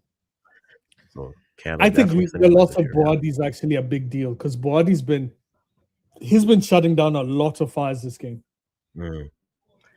I wonder go to now the- if that means you'll see more of a Canada growing. If that's the case. Let me see how Americans are going to be insulting me right now. 1 second.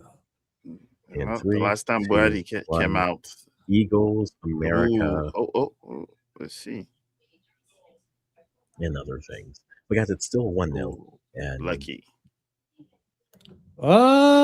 He's off. He has to be off. Rahimi has to be off. No way that could. That was a bad pass. Oh, terrible pass. That Rahimi guy is equal parts good, equal parts shit. Like how do you he pass can that? he can dribble so well and then Just makes run a worse decision always. Oof. Yeah, that guy Pass step that up guy. and make Bono work. Yo, you're making Mazraoui look that good. You're making Mazraoui do freaking stepovers. Yo, what was that? Come on. You see that Answer dribble? the question. Who the hell is? Yo, that's disrespect. These guys are disrespecting Canada right now. I'm not appreciating this. What? Oh, that's a good ball. Dude, Brahim Diaz looks like he's running fast and Figueroa's not even running. Oh, unlucky. Unlucky. Really? Thank God.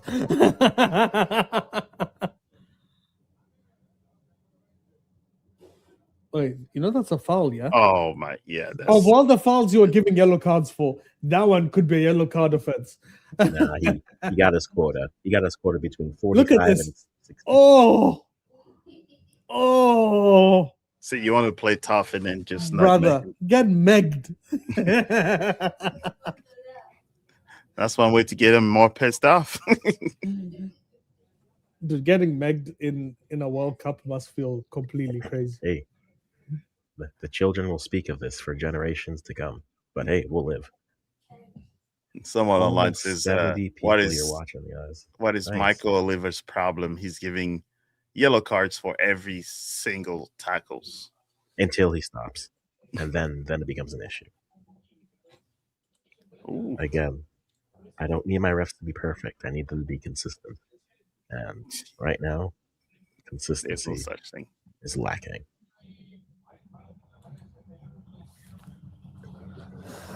Oh, 70 man. people are on all platforms, guys. Thank you for swinging by here, wherever you are. Follow, like, subscribe, all the fun things. But yeah, this has been a game where look, teams with experience are showing Morocco gets their goal here, and now can Canada answer back? This is what we're going to find out over these next Ooh, 24 might be. plus injury time, give or take, whenever they decide to have a. Again, I don't like now I'm thinking about something. Did anyone find it odd that the hydration break was so late in the Argentina? Dude, why would you wait for the offside so late? Like, you're making people run for so long. Look at how far Laria was. Yeah, That's so no, agreed. stupid. Regarding the Argentina game, yes, it was. Yeah. Mhm. People were like, did they forget about it? Yeah, because it was running. I was like, are Mhm. they just gonna run this until? Because it felt like it felt like they were waiting for someone to score. They'd be like, "Oh, what's Mhm. this? A hydration break." But then no one scored. So I'm like, 70, 72, 70. Oh, now you want it? Interesting. Did someone give you Yep. like a tap and be like, "I can't go any longer, so let me go get a drink"? And they're like, "Okay, hydration break." I'm not saying who or what. I'm not saying who. Yeah, everybody knows who. Just like the guy that had to change his shirt because he was bleeding on the nose. He waited. The Uh, game stopped instead that of that thing continue and then that wait 1 minute to come out. that thing To come made back in. no sense. And also, because I thought it was all head injuries. Oi! Yeah, Oh! Oh, that's a yellow. yeah. He's actually lucky. Kyle Laren almost got. That could have been a red, man. Hey, if this was the US game, Laren would have the goalkeeper would have gotten yellow for trying to shoot. So wait, So is it followed because it it picks up was a late? yellow. But how is it a yellow? Where did he get him? Because he was late. Because he was late. Because But where did he get him? Is it No, his planting No, foot? that's he yeah, tries 'cause to it planted. avoid though. No, because he was late. It doesn't matter whether or not you, if he continued with studs, right? Because he looked like he was going to go with studs. If he went in with studs, that's a red card. That's actually a valid yellow. I was just trying to see where that the contact happened. The thing was he pulled his foot because he stamped on the ground instead of on the player, but then the momentum took out the keeper. It's a yellow. Yeah, it's a yellow. Fair enough. It's one of those that the experience of Kyle Laren actually helped him. Because if he was a younger guy, he would have gone straight through, and that's a red. True. All right, so we're at the hydration break here. It is 1-0. Unahi scoring in the 50th minute off a nicely worked set piece. But the story of the game for me so far is missed chances for Canada, and everyone gets a yellow. There have been 8 yellow cards in this game. That's But crazy. thankfully, 4 for each side. So everyone's equal. Everybody's so creative. So that is there. Canada is going to hate themselves for missing those opportunities. Despite My backyard looks the ref crazy. being overwhelmingly biased, Hakimi is the best right back in history. This is Wow, Africa. history? This is Morocco. Dima Maghreb. I mean, me and Nelson tried to do this the other day. The list of right backs for Africa is, and this is Dude, not to take a shot. No, No, there's but he Lauren. said, There's Lauren. Lauren is Oh, still true. better than him. Yeah. I think Lauren is still better than him. But he certainly, but to Hakimi's He's- credit, look, he's got a resume. And he's there, yeah. It's going to keep Yeah, going. he's up there. He's to be fair, if someone told me they think Hakim is the best right back in the world, like in African history, even though I think Lauren is on the same level as him, I wouldn't Yeah. feel crazy. Mm. This guy was, by the way, Hakimi's whole career, he has been elite. This isn't like some new thing that all of a sudden he became good. Like he was good at Dortmund, he was good at Real Madrid, he was good at PSG. He's been. Did he play at AC Milan? no, I No. don't know if he was in Italy, Hey. but Real. I remember Dortmund. I remember him because Dortmund he played with Jadon Sancho. He made United by Jadon Sancho because of him. The guy messed us up. That's true. So but what's Prince saying? Despite the ref being overwhelmingly biased, Hakim is the best right back in African history. No, it's Lauren still exists. Some of us watched all the Cameroonian sides. They were good. Better than who? The ref is equally bad. Brother, if you don't know who Lauren is, it's understandable. I get your point. Go watch Arsenal's Invincibles team, and then look at that right back, and then just understand who that guy is. That's who we're talking about. He's not some random guy. He's one of the best right backs who've ever played. So it's Hakimi's good. Don't get me wrong, but not yet. Once his story is written, we'll see. Once the whole he's done amazing for Morocco, but the Cameroon side were one of the first guys to be consistently getting out of knockouts. Let's be honest, like this wasn't it. There were old Cameroon sides that were good. This is recency bias. We're kind of using recency bias here to forget things. But yeah, I we get it. can say he's like the most decorated correct right back of African history. Yes, yeah, and that's what kind of puts him above a lot of right back in Africa. Mm-hmm. That's why I don't like to talk about generations and eras, because it's very hard to compare a player based on their era of play. Yeah, and also how much the different styles, like how the football has evolved. Right now, you're in the VAR era where, hey, if you do something wrong, something happens, or like should. A ref can reverse their decision. Back in the day, a ref would decide, yeah, you're getting a red card and it's over.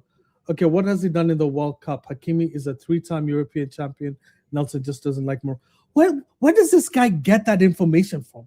That I don't like Morocco. I love Morocco. I've been hyping up Morocco more than anyone else. You should have been here yesterday when I said, like, this is the issue that some people have here. Prince, you can be... It's age thing. Yeah, it's an age thing. There's a difference between understanding context. You're saying he's a 3-time European Cup champion. Yes, with PSG. Guess what? There's a guy who went invincible. They never lost a game in the Premier League. Here's another part that you would like me to say. Go read about what PSG did to build that team, how the owners came in, how Qatar came and bought PSG before you start talking. Okay? No, let's be honest. They were told, buy 3 jets, but if you're going to buy these 3 jets, you need to buy Paris Saint-Germain. That's what happened. So you're talking about a 3-time European Cup winner. I agree. One guy has one of the hardest things in Europe to do, going a whole season undefeated. Then being in one of the best African sides of all time. That Cameroon side was one of the best ones. So just because you're looking at Morocco now, I understand. Morocco's a really good team. Hakimi's, in my opinion, top 2 all time.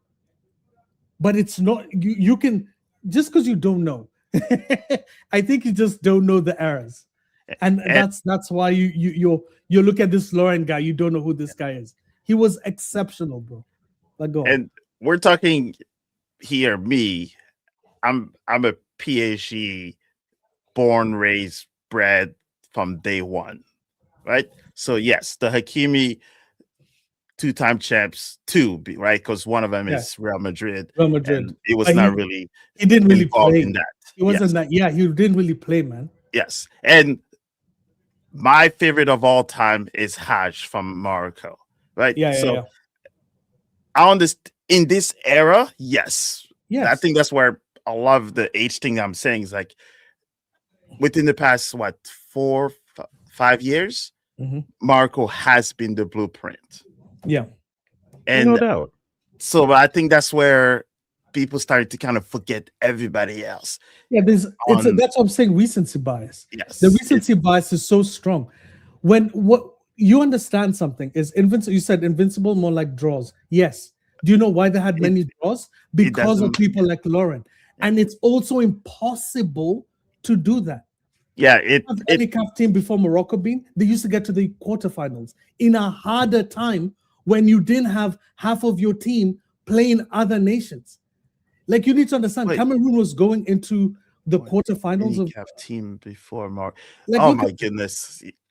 Okay, Prince is it's going to be an ever-ending. It was going to be an ever-ending. You guys are legally just stuck together forever, so yes. Enjoy that. But the fun part is, I will give you. He's trying to trigger the history of soccer, right? Don't forget that maybe you're talking to some old heads, maybe here, but You see how he just put Senegal and said what Senegal has done, right? Yeah. Until Morocco can beat a defending champion, Yeah. world champion, like Senegal did with France. Big man. No, If no. don't- Leave Senegal, leave France. they- How about Cameroon Okay. beating Brazil Yes. with Weren't they a calling red this- card? okay. And guess who So was we in have that to pit? take it easy And on. guess- who's on that Listen, pit? y'all can have this. Laurent. I got a direct free kick for Canada coming up. Oh, and that was kind of close. And Yeah. you know what? Yeah, it You was keep close. talking Senegal, but say thank you to a half Senegalese born for getting the Morocco in this Guys, game today.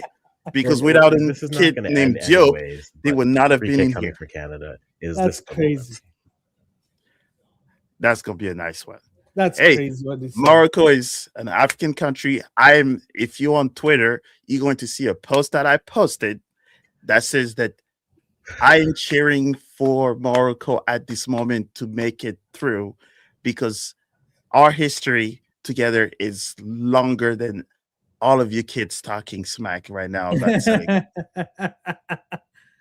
No, I have- listen, Morocco have had that's what we're saying. This is why I say recency bias.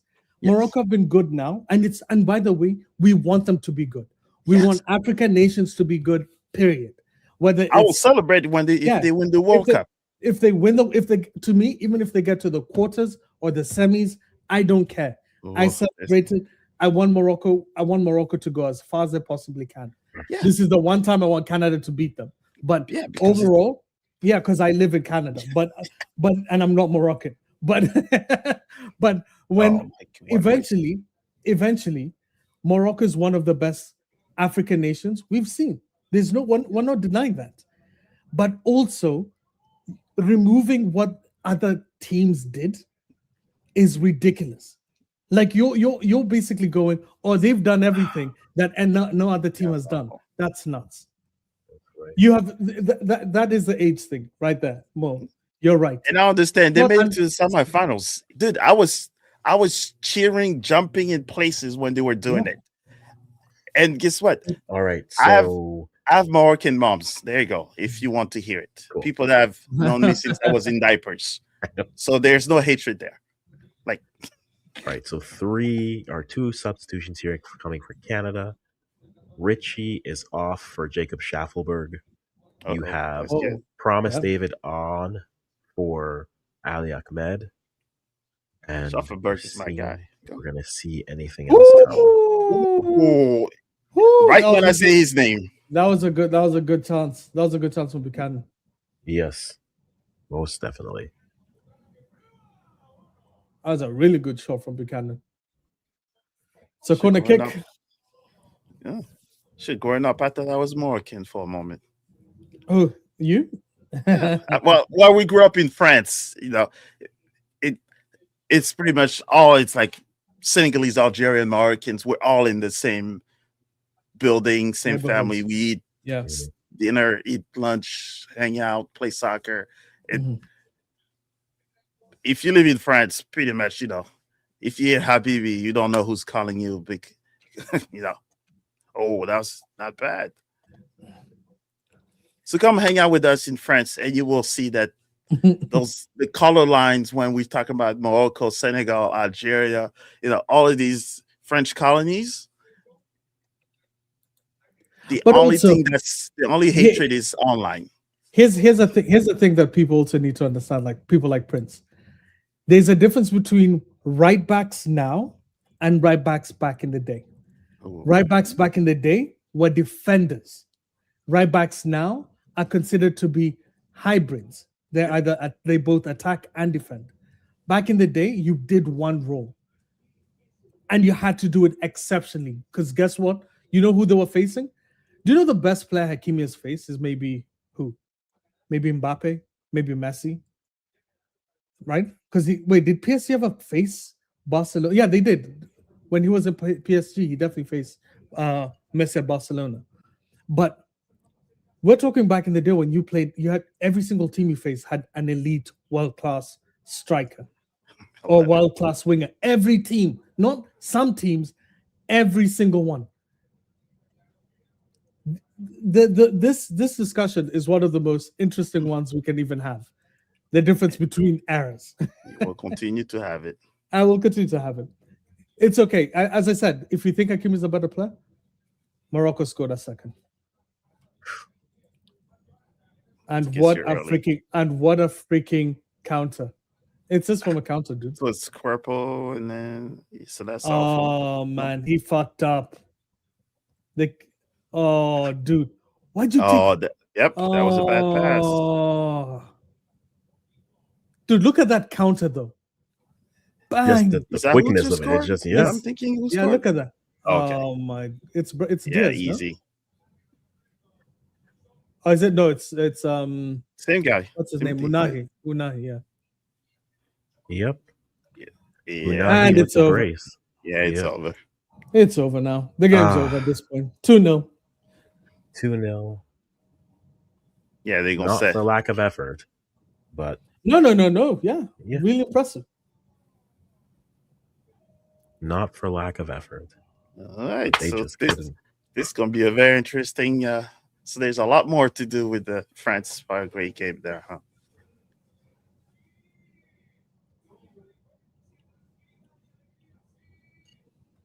So That Prince, is- hopefully you'll be out for the next game, or whoever gets to play against Morocco, you'll have to join us. Well, we knew this was going to be a hard game for Canada anyway. Mhm. This is For always going to be a certain. hard game. Yeah, but they just punched himself in the face by themselves with the bad pass. But that's- and were not able to recover. I feel like that's been a lot of games for a lot of teams. Like they just wait for you to make like Senegal, for instance. Almost every goal Senegal considered was a bad pass. Dude, counters in this tournament have been They've been like, lethal. it's been deadly. And here's the worst thing: once Morocco scored, Canada now had to attack more, which meant more spaces, which meant we were always going to look bad in transition. Watch and learn. Okay. Hey, what happened that they're through? I don't know why. Yeah. I don't know. if you're not- I don't know, This is like if you- I'm I trying to don't know understand why what people like version of Prince thinks he's now like the only true representative If- of Morocco. if But okay, hey, if you I'm want to curious do to that, know, he has to tell us his age. yeah, he's young. I guarantee You have to he's- tell me. This reads 25 or younger. Is it 06? Is that really what it is right there? listen. Oh, like respectfully. 2006. So he'd be. I don't know. 20? Prince Hood 06. I mean, If he's But yeah, if that's Morocco if put that this away here, but 06 is not for lack of what? trying. 20, it's 20. That's 3. No, he cannot be 20. Is it? Yeah, there's someone born in 2006. Okay, so it's 20. 20 now. Okay, all right. Yeah. So that's Yeah. yeah. You were in that good era of Moroccan soccer, so I don't Yeah. can't blame you. Well, how many AFCONs do Morocco have? Like 2? I guess. Let me check. I guess there's an asterisk on the second one, and the first one still also a questionable one too. I look forward. Well, I don't look forward to all the questions being. Well, why couldn't we play this player? Oh! Which player are you talking about?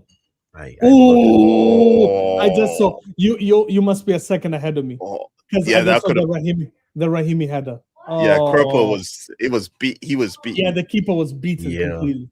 Yeah, Yeah, it seems like No, it is, Canada's but hey, fine. Yeah, lessons, right? Wait, what could have changed? Who could have come on and changed the game, bro? Be Well, honest. I'm not saying someone. I'm saying everyone. The big question people are going to ask now is going to be, well, why didn't Davies play anywhere in this game? And I'm just Yeah, like, because he's injured. He just because he I- played one game, we want to break a kid just so that we can do what? Yeah, So and if be it's somewhat competitive. 2-0, then might as well now because Bayern will kill you. Yeah, you dude. You also risk the thought of that player never wanting to play for the national team again because you broke him. What was that's that? always going to be a Karate risk Kid? with players. look, I'm not saying one side is more right than the other, but I'm No, saying I no, know I'm that's not, going to be a I know talking you're point. playing. I know exactly what you're saying. You're saying some people will come out and say, "Hey, we should have played." Yeah. But like, even with Alphonso Davis in this game, you're seeing the difference. They're Oh, scoring most with definitely. they're scoring with like barely half chances. We've created, in my opinion, more dangerous chances than they have, Agreed. and But they they almost scored 3 goals from basically they look like no chance, and then boom, Oh it's boy, almost No, a goal or a it- goal. bringing the yeah. youngins. Yeah, It's over. it's a conversation of like they were far more clinical with their chances than we were. Yeah. And that's a very simple way of boiling it down. But You were born No, in a it's game not, where to me, it's not simple. The elite teams have the But- players who finish. but We that's the don't have thing. the elite. We're not an elite team. Agreed. Yeah. In my Agreed, opinion, the fact that we were better than Morocco for one whole half. One whole half. Morocco couldn't only registered a pop shot. Mhm. Yeah. Like Yep. they scored with an insane. Oh, we almost scored. Bambito was that Bambito or David Promise? No, it's Promise. Promise. Yeah. Woo. Promise is holding himself as per usual. Wait, what happened? Someone is injured. I'm late to it. Well, Promise hit Bono, but Oh, okay. I don't think either one is injured. I think they're just all faking it. Hey, But here's the problem with Promise: if you're not actually injured, you're wasting time in agreed. a period where you're supposed to be trying to at least. Yeah. We're in the witching hour. We need things to Yeah. happen. And Like- that, yeah. This is where inexperience really shows. Like, even if you get a yellow card, get the yellow, keep it moving. Mm. Like, who cares? We need to score. It's not about you now. Hey, we got here, man. No, Look we at did. people. We're Morocco in the quarterfinals. Yeah. And Canada like, got to the round of 16. Mhm. It's super impressive. And yeah. This is a funny thing. Our friend here, Kwasi, was telling me he believed that this team was going to get to a round of 16. I clowned him. I'm like, there's no way. Guess where we are? A round of 16. Now 16.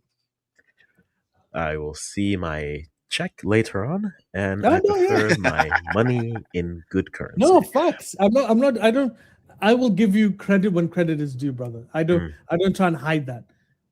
I didn't think that this team was good enough for the round of 16, but I remember he played it to me. He goes, we can definitely finish second or third, and if we finish second or third, we have if we finish second, we get a good team.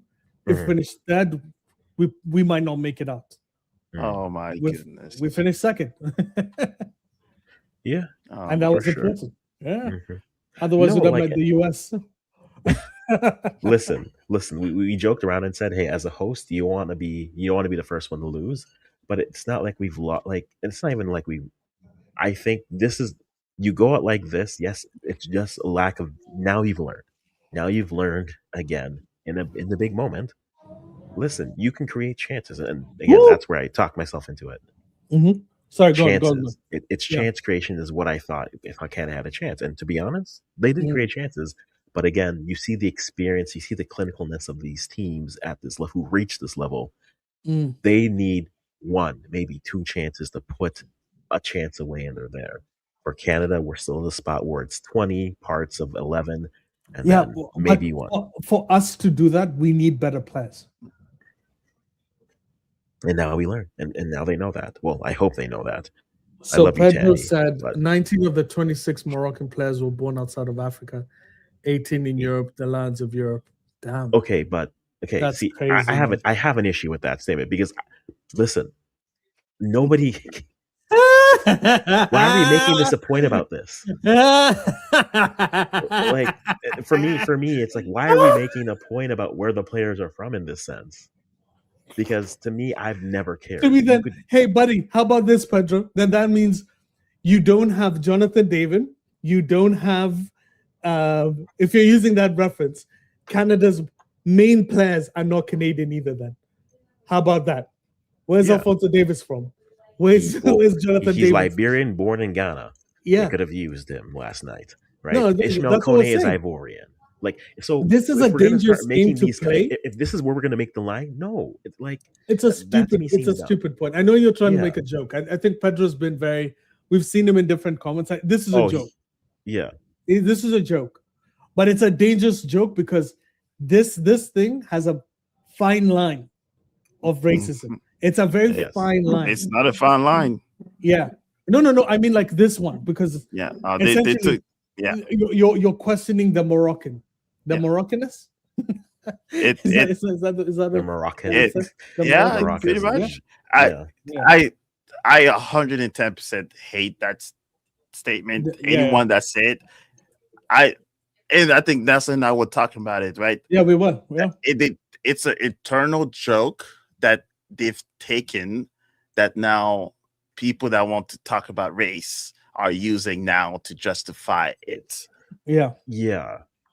It's a line that, however fun you want it to be, always gets co-opted by bad actors. Yes, And and so- it's being used because Mhm. trust me, I'm French. They use that All on the time, us right? all the time.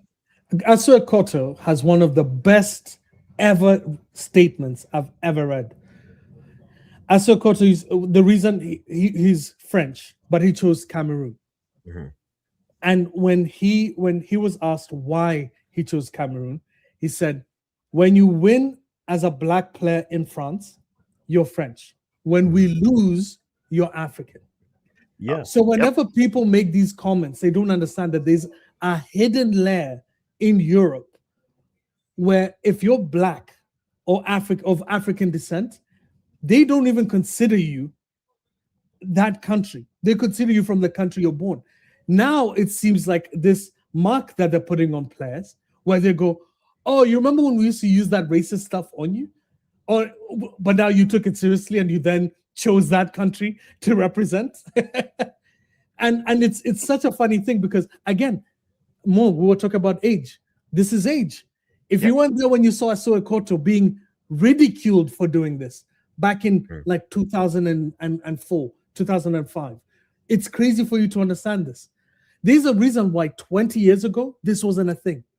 20 years ago, no African of descent player who was French or Spanish or whatever would ever leave that country. Seydou Keita, one of Spain's best DMs of all time, could have been playing for Mali. You know what he did? He chose Spain for a good reason. If it was now, Seydou Keita plays for Mali right now. All of them are saying it. Patrick Vieira said it. Patrick Vieira said it. Everybody, all of them. It's a statement. It's a different era, and it's because of the racism they encountered back in the day. That's why they didn't do it. Now, with more openings, it's different. Hey, we were all there, and I lived it myself because I played soccer long enough in France. You hear all of those, right? Laurent Blanc, which is alleged in French soccer for us, but when he was the coach, he had a quota and he said there was too many Arabs and French and black guys in the team, so they were looking at a quota. Thank you. I've lived it. I've been there. I've been in those academies. There's a quota.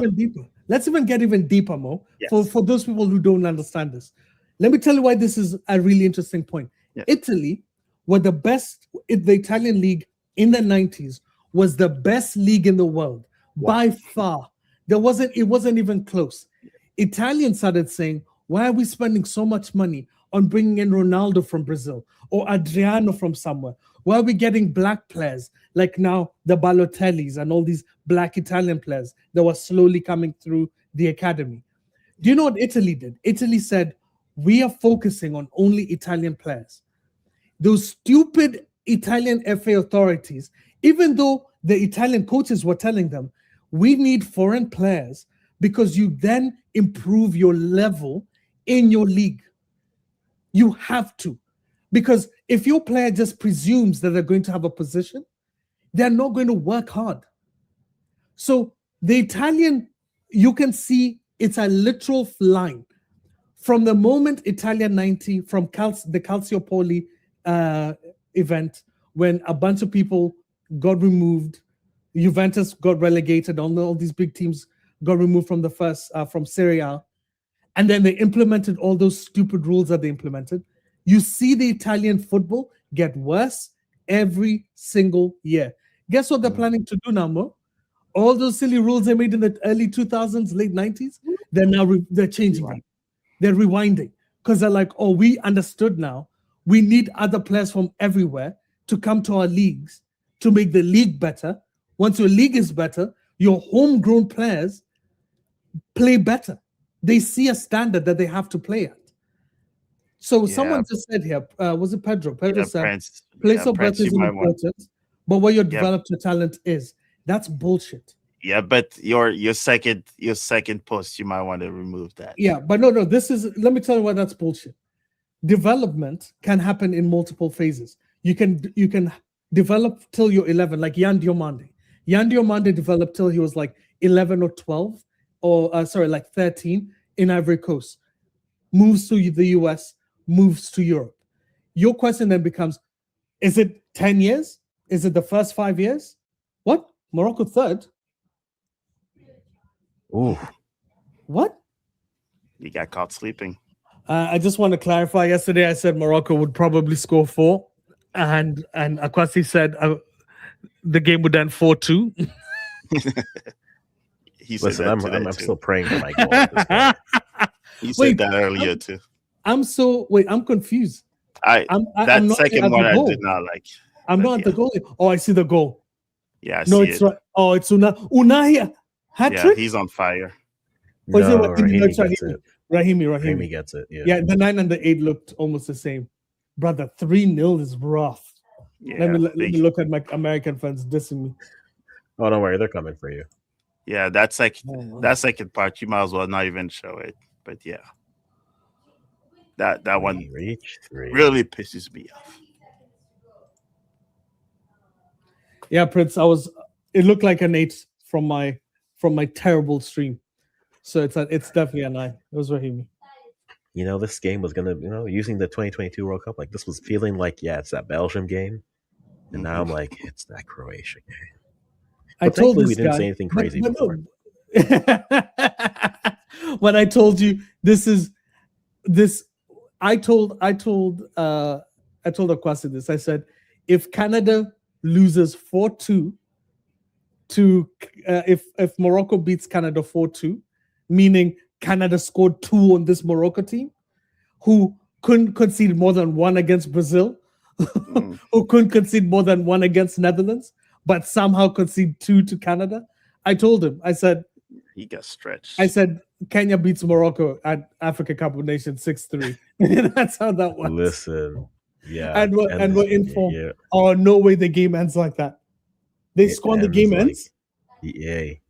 They were at They were at the 8th and the 9th. So damn. That's true. That's true. But actually, I have no problem with the French wanting back their country. I mean, just that sentence. You might as well just what? That sentence. You might as well just remove Prince, where are you from? Wait, 1 second. I'm interested. No. Where the hell are you from? I have no problem with the French wanting I'm not back entertaining that. That is crazy. You just insulted me. Not only you insulting a whole, like, oh my God, some people. I realize I forget one on the internet. Yeah. I forget the people who have stupid thought processes when they're thinking. Jesus. Yeah, Kwasi, fier d'être français, 100%. And guess what? And without my grandpa that fought in World War II, France would not be who they are now. So guess what? We're as French as possible. That's crazy. You don't even need to validate that, man. You don't need to validate that. But it's all right. Okay. France will play Morocco, and then you'll see what happens. Ooh, it looks like that. First of all, have they faced each other since? I don't remember. Since the semis? No, I don't think so. No. I don't think so. No. But the problem is France have gotten better. And I think Morocco have gotten worse, by the way. I actually think this is the first game to have scored more than one goal, by the way. No. Did They they beat score? Haiti Oh, they 4-2. beat Haiti 4-2, 4-2. Yeah. 4-2. I forgot that. Yeah, Yeah. That's different actually planet. bad. So that means we didn't even score, and Haiti scored twice. That's why I said if Haiti can score 2, we can score 2, right? Hey. Again, I convinced myself. But 3-0 Morocco Woo! clinical. Canada empty chances. Not empty chances as if they had chances that they couldn't convert. Not that they were wide open, but when you further you get into these competitions, the teams that are good, the elite teams, they don't need 12 chances to create one goal. You just need one, maybe two. And we saw that Canada first half had chance after chance. First Yeah, real kill 'em chance then. Morocco gets in the first. Second half, set piece to perfection, 1-0. And there's levels to that. And so Morocco move on. They face the winner of France, Paraguay. But here are some of the numbers here just for this game as it's gone. Again, a tough matchup for the Canadian center backs. It's all the colors of the rainbow, but it gets progressively better as you move from left to right. It's like red, orangish, kind of green, green. We're just moving our way through. But tough day for the Canadian defense, who, to be honest, look, they were tasked. When they were tasked with chances, they dealt with some, but once you got to the second half, Morocco just were more playing their chances. Unahi for SofaScore is your player of the match. I think you could. I think that's what twice back to back now. I think. For Yeah. Nahi. Would you disagree with it? Is there anyone else from Morocco you think could have maybe pushed into I think that Boadi conversation? actually. I think Boadi played really well in that first half when nobody was like they were getting attacked by Morocco. I'm sorry, by Canada. Canada was all over the place. Boadi was the only one who stood tall consistently. But the problem is you can't compete with a guy who then scores 2.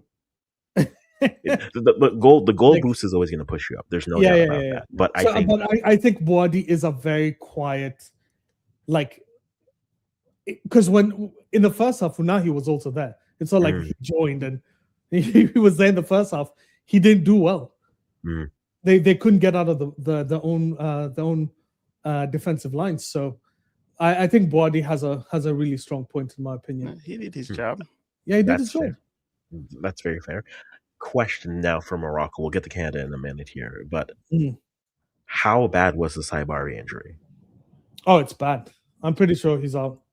He held his hamstring. That's probably 3 months. It was a contact injury. Because I missed the injury. So you're saying it's non-contact? Because he was he was trying to hold and save the ball, but there was no kick, no push, no nothing. He just held, and he was starting to walk. You could tell he couldn't walk. So I think he's gone for 3, which sucks because he just moved to Bayern Munich too. So he might miss the start of the season. Hey Bayern, hey, you got a lot more broken players. Enjoy this rehab system. Please don't rush him back like you did with Davies every 3 minutes. But no, that I say this because now, I mean, against a French, we assume a French we don't side. know. Okay, Paraguay slash France. Yes. Okay, we have to put that. This guy's trying to pretend here. Oh, we don't know. We know. We know. Okay, so no. Hey, Capo Verde was. Everybody was 99% sure they were going to get destroyed. No, I didn't think they were going to get destroyed, but I didn't think it was going to be that close. I didn't think it was going to be 3-2. Yes. I thought 2-0. Yes, so France slash Paraguay for the Listen, moment. Do you know who still went through? Argentina. Do you know who still go through in this one? France. Paraguay got beat 4-1 by the US. What will Mbappe do? What will Olise do? Come on. Dictator, the president demands. He's not dictator. Listen, well, you know what? He embraced the name. So did he embrace it? Did he embrace it? I forgot the name Dembele gave him. Because Dembele is like a historian for some reason, apparently. So he studied and he gave him a dictator's name. Oh, that's cold. That's now funny. That is now I'm that going to is have to find and cold. But yeah, so I think Mbappe wants to leave this tournament as the Golden Boot winner, and if that means he has to score 5 when Messi scores 3, he'll do it. Unfortunately, sometime Dembele will score a goal, and then Olise will score a couple goals, and he'll be like, "I'm starting with Thuram and Dembele the next game, But, and I'm but getting my goals." as the tournament gets deeper and deeper, Yep. I don't think you're going to see a lot of goals come on from like these players, because now they're going to be facing better and better teams. This is true. So it's going to be 1-0. I guarantee you're going to see more like free kicks being how teams win tournaments and stuff, or team win games. But the scary thing for them is that people will be attracted to one player. That's what it opens the door for everybody else. It does, and that's how, because no one expected Mbappe first to go 3, and then Dembele 3 on a different game. And then there's Barcola that's waiting. Yeah.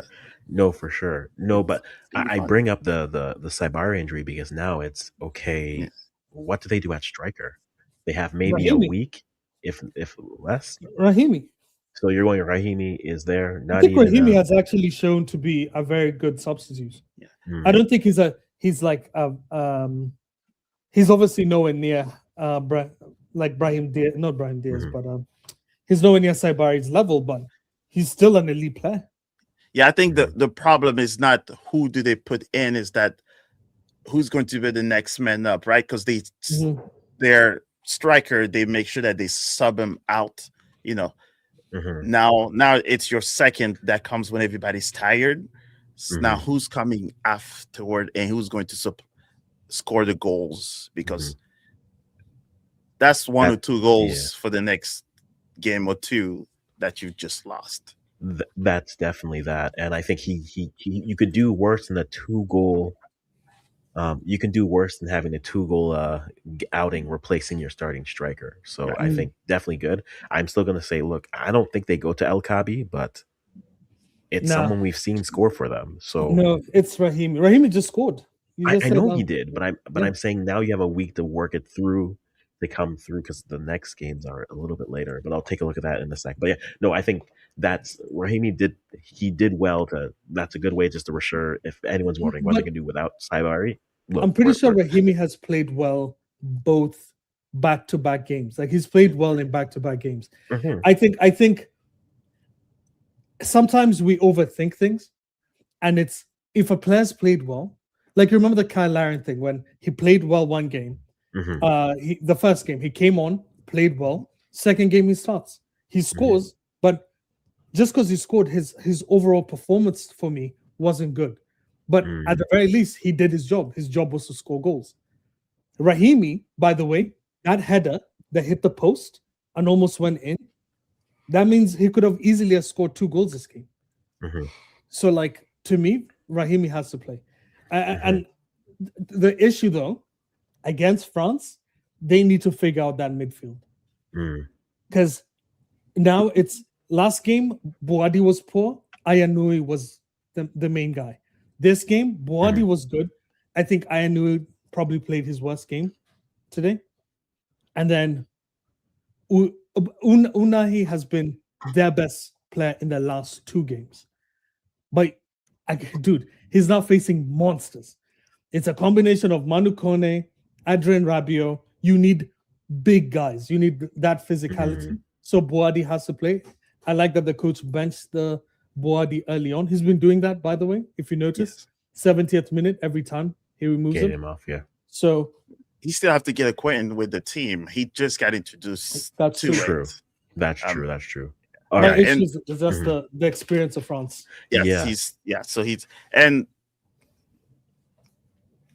if they happen to play against France, I think that's where for me that will probably be Hakimi's biggest test ever, because he's playing against former teammates. Well, it's not just the former teammates point. It's the point that he's going to have to be good both sides of the ball against France. He has to be good defensively, and we're going to have to see a Moroccan side actually put pressure.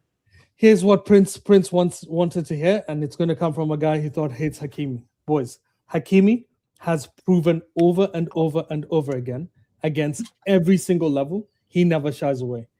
I actually don't think Hakimi is going to be the issue. I think it's going to be the midfield. It's going to be a concern of Brahim Diaz tends to disappear That's in what I was big going to games. bring up. Yeah. Like El Canous, for me, this game didn't show what he normally shows. El Canous is usually a lot more creative, a lot better. I actually think maybe you play Talbi in that game because Canous is such a he's a super technical player, but the biggest issue I have with him is it seems like he waits for the game to get to his like pace instead of like matching the pace of the game. Like El Canous was poor, man. He was really poor that game. And France's pace will be equal, if not faster, than Canada. They will match that pace. It'll be frantic. It'll be hard. And guess what? Unlike Canada, which though many times our passes weren't good, I think Eustaquia, again, really proving how good of a player he is. I'm shocked this guy's not a higher team, by the way. This guy should be at a big club. I'm not kidding. He's been playing well like this all World Cup. Stacchio? Yeah, Eustaquia. Yeah, well, he's technically still Porto property, so no, but we'll see. but not like we're talking Porto. Sorry, but Porto haven't been. Well, I mean, top club. I mean, you should be in the French league. You should be in the top 5 leagues, is what I mean. Like Portugal. Fair enough. Portugal is like. If there are any Portuguese guys, I apologize, but the Portuguese league is probably near the championship level. Oh, and hopefully Prince is here still watching because since he says that we're all Hakimi haters, right? So this is my PSG jersey, right? Oh, that's what you want to get, yeah. Right? That's the jersey, right? I don't care for the pettiness. So guess what? Who is in the back of this? That's like who is in the back of this jersey? We're really doing this. Would a hater of Hakimi? No, that's not talking right. If we were hated him, would I have spent almost $200 on a Hakimi jersey if I hated him? That's crazy. With Ligue 1 and everything. Okay. Like, so Morocco won. Congratulations, les Marocains. On est content pour vous. The Maghreb. Well done, Habibi. You have the next matchup there. Two things, because I want to get to the Canada side here as well before we even get to the wrapping up here, because John has been faithful and I appreciate it. Didn't go Canada's way today, but I feel like it was a great tournament from them considering the reasonable expectations when the World Cup started. 100%, John. 100%. Listen, and I'm not trying to bring Ghana into this. Listen, I had Ghana getting groups, so them making the round 32 is a success. But for Canada, you hosted, you finished top 2 in your group, you won a game in the elimination round, and you showed well against a Moroccan side. You just, again, the thing that plagued you the whole tournament, you couldn't finish your chances. Mm-hmm. For Canada, what's next for them? I mean, what's next for them? Because I have all the answers apparently, but I want to hear for you. Produce a striker. Create a striker from somewhere or create. Okay, to be honest, Ali Ahmed, I think that score from SofaScore is a travesty. I think Ali Ahmed was, in my opinion, the best attacking player in this game. He created 2 clear, like, you know, when someone puts it on a plate and all you have to do is eat your food. That's what Ali Ahmed did. And this is Ali Ahmed's number 1 critic, saying he played exceptional this game. He played exceptional. No, I can even tell you the chances he created. The first, he crossed the ball to I can't pronounce the name. Figueroa. Tani. He crossed, to Figueroa. To Figueroa, of course. Figueroa then heads the ball. Yes. Fougerolles. He then heads the ball to, I think it was Tani or Jonathan David, and then they took the shot. Then the Tani chance, the pass was from Ali Ahmed, where he turns around, and then it was a clear 1-on-1 with Bono. Bono saves it. Those 2 chances in most games, that's all you need to win games. So the issue is just the finishing, as you said. It's not creating of chances. So I think Ali Ahmed, with more time, he's going to move to hopefully Norwich, get to a higher level. Now, I know he's at Norwich, but I'm hoping Norwich get to like play at a higher level so he can play better football. With Mm. the essence, in essence, is all the decent young players just need more game time. You Mm. saw Jonathan David again. We discussed this before the World Cup. I thought he made a crazy move by moving to Juventus, which is a team that players like Dusan Vlahovic struggled as a striker. Openda also moved to Juventus. He struggled too. These were people who are banging in goals for a long time. They've all Mm. struggled. So I think what Jonathan David needs to do is move from Juventus to another team, get lucky, get back into goal scoring. If not that, hopefully promises development, makes him a better all-round striker, because his style of football is very old school. Like Mm. we strikers have to work hard. He doesn't work hard. He needs to adjust his game. And by the way, he doesn't give me the vibe of a striker who's going to evolve his game. He might evolve it too late. Let's be honest, our top goal scorer is an older guy in Laren. So that means in the next tournaments coming up, the guy's going to be too old. So for me, I just hope our development for our good players continues. Saliba's All right. good. Saliba. Yep. Kone, Kone was injured too. Dude, this yeah, is a that- great World Cup for a team that was really struggling with injuries on its first team. yeah. Mo, for you, you look at Canada. What do you think is their next step from what you've seen in this tournament so far? I think you guys mentioned it be more clinical, because the first 15 minutes they probably should have scored 1 or 2, and probably not having to rely so much on Davy, because just taking one of your best players shouldn't take your team from 100 to 80%. Fair. And Fair. maybe your bench also might need to have a few more guys that a plug and play pretty much. True. Like I think there's a fair point with the plug and play aspect. I think for me, there's a couple layers to the conversation. I think the first thing is, okay, Marsh is already extended. He's here for the next 4 years. How does the team evolve? Right? How does the play evolve from there? Because from this standpoint, listen, playing like this, I think is great. You see its potential, but you also see its flaws. You can be flying all over the place if you don't have the finishers. Then you could play well, look everywhere, and you look up and it's 3-0 because you gave up 1, then you gave up 2, then you gave up 3. To the point, the strikers is a very interesting conversation. Getting them into better spaces and leagues running it is, I think you need it. But I think for this Canadian side, you needed your big players to really step up and produce. And everyone kind of showed how their last season went. Right? Yep. Joe David was up and down, had work rate, but not as much finishing. Tanny was work rate, but nothing to show. Even Tejan, to that extent, was that.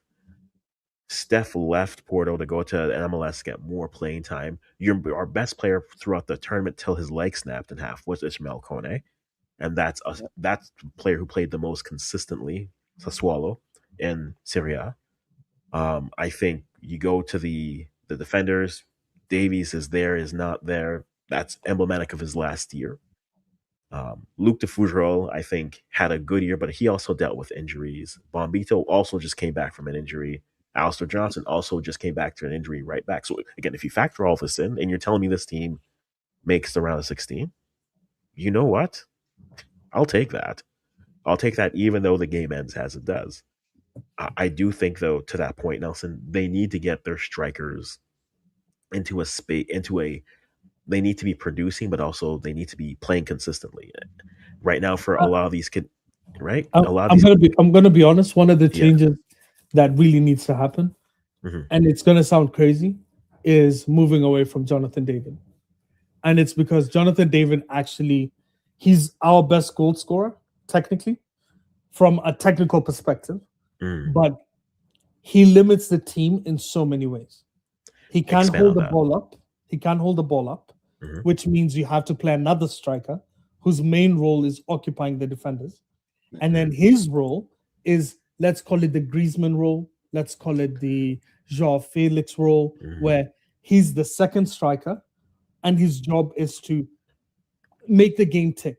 But the problem is, he's not a great passer, he's not a great dribbler, he's not a great holder of the ball. What he is an amazing finisher, but isn't a lead striker. Mm. That combination makes no sense. So what And- you should do Mhm. is, if we focus on one, like, here's the thing, Tani wasn't scoring, but Tani was at least occupying the defenders.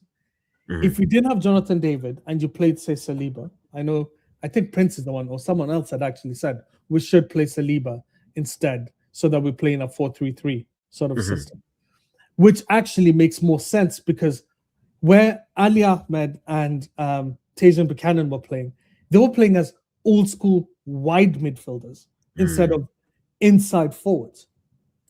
And that change is big. So, but the problem is that means you have to make the really crazy decision of benching Jonathan David for a young player who comes on and is expected to do the work of not only bombing forward, but also providing the creativity.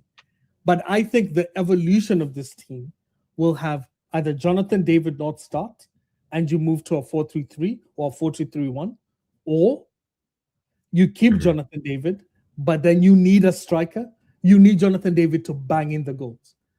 Because if he doesn't bang in the goals, what's the point of having him there? He didn't create anything this game, by the way. Let's also, that 6.4 is actually very kind to him. He should have had the one, Mo, if you remember, the bouncing ball situation.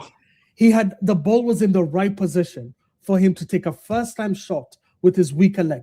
First time. But he panics. You can see his brain goes, I'm lacking confidence.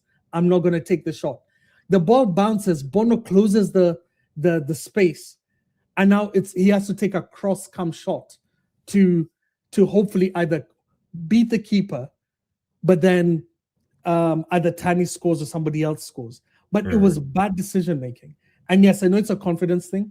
I rate Jonathan David. I think he's a very good second striker. Remember, the why Jonathan David looked good was he was at Lille, right?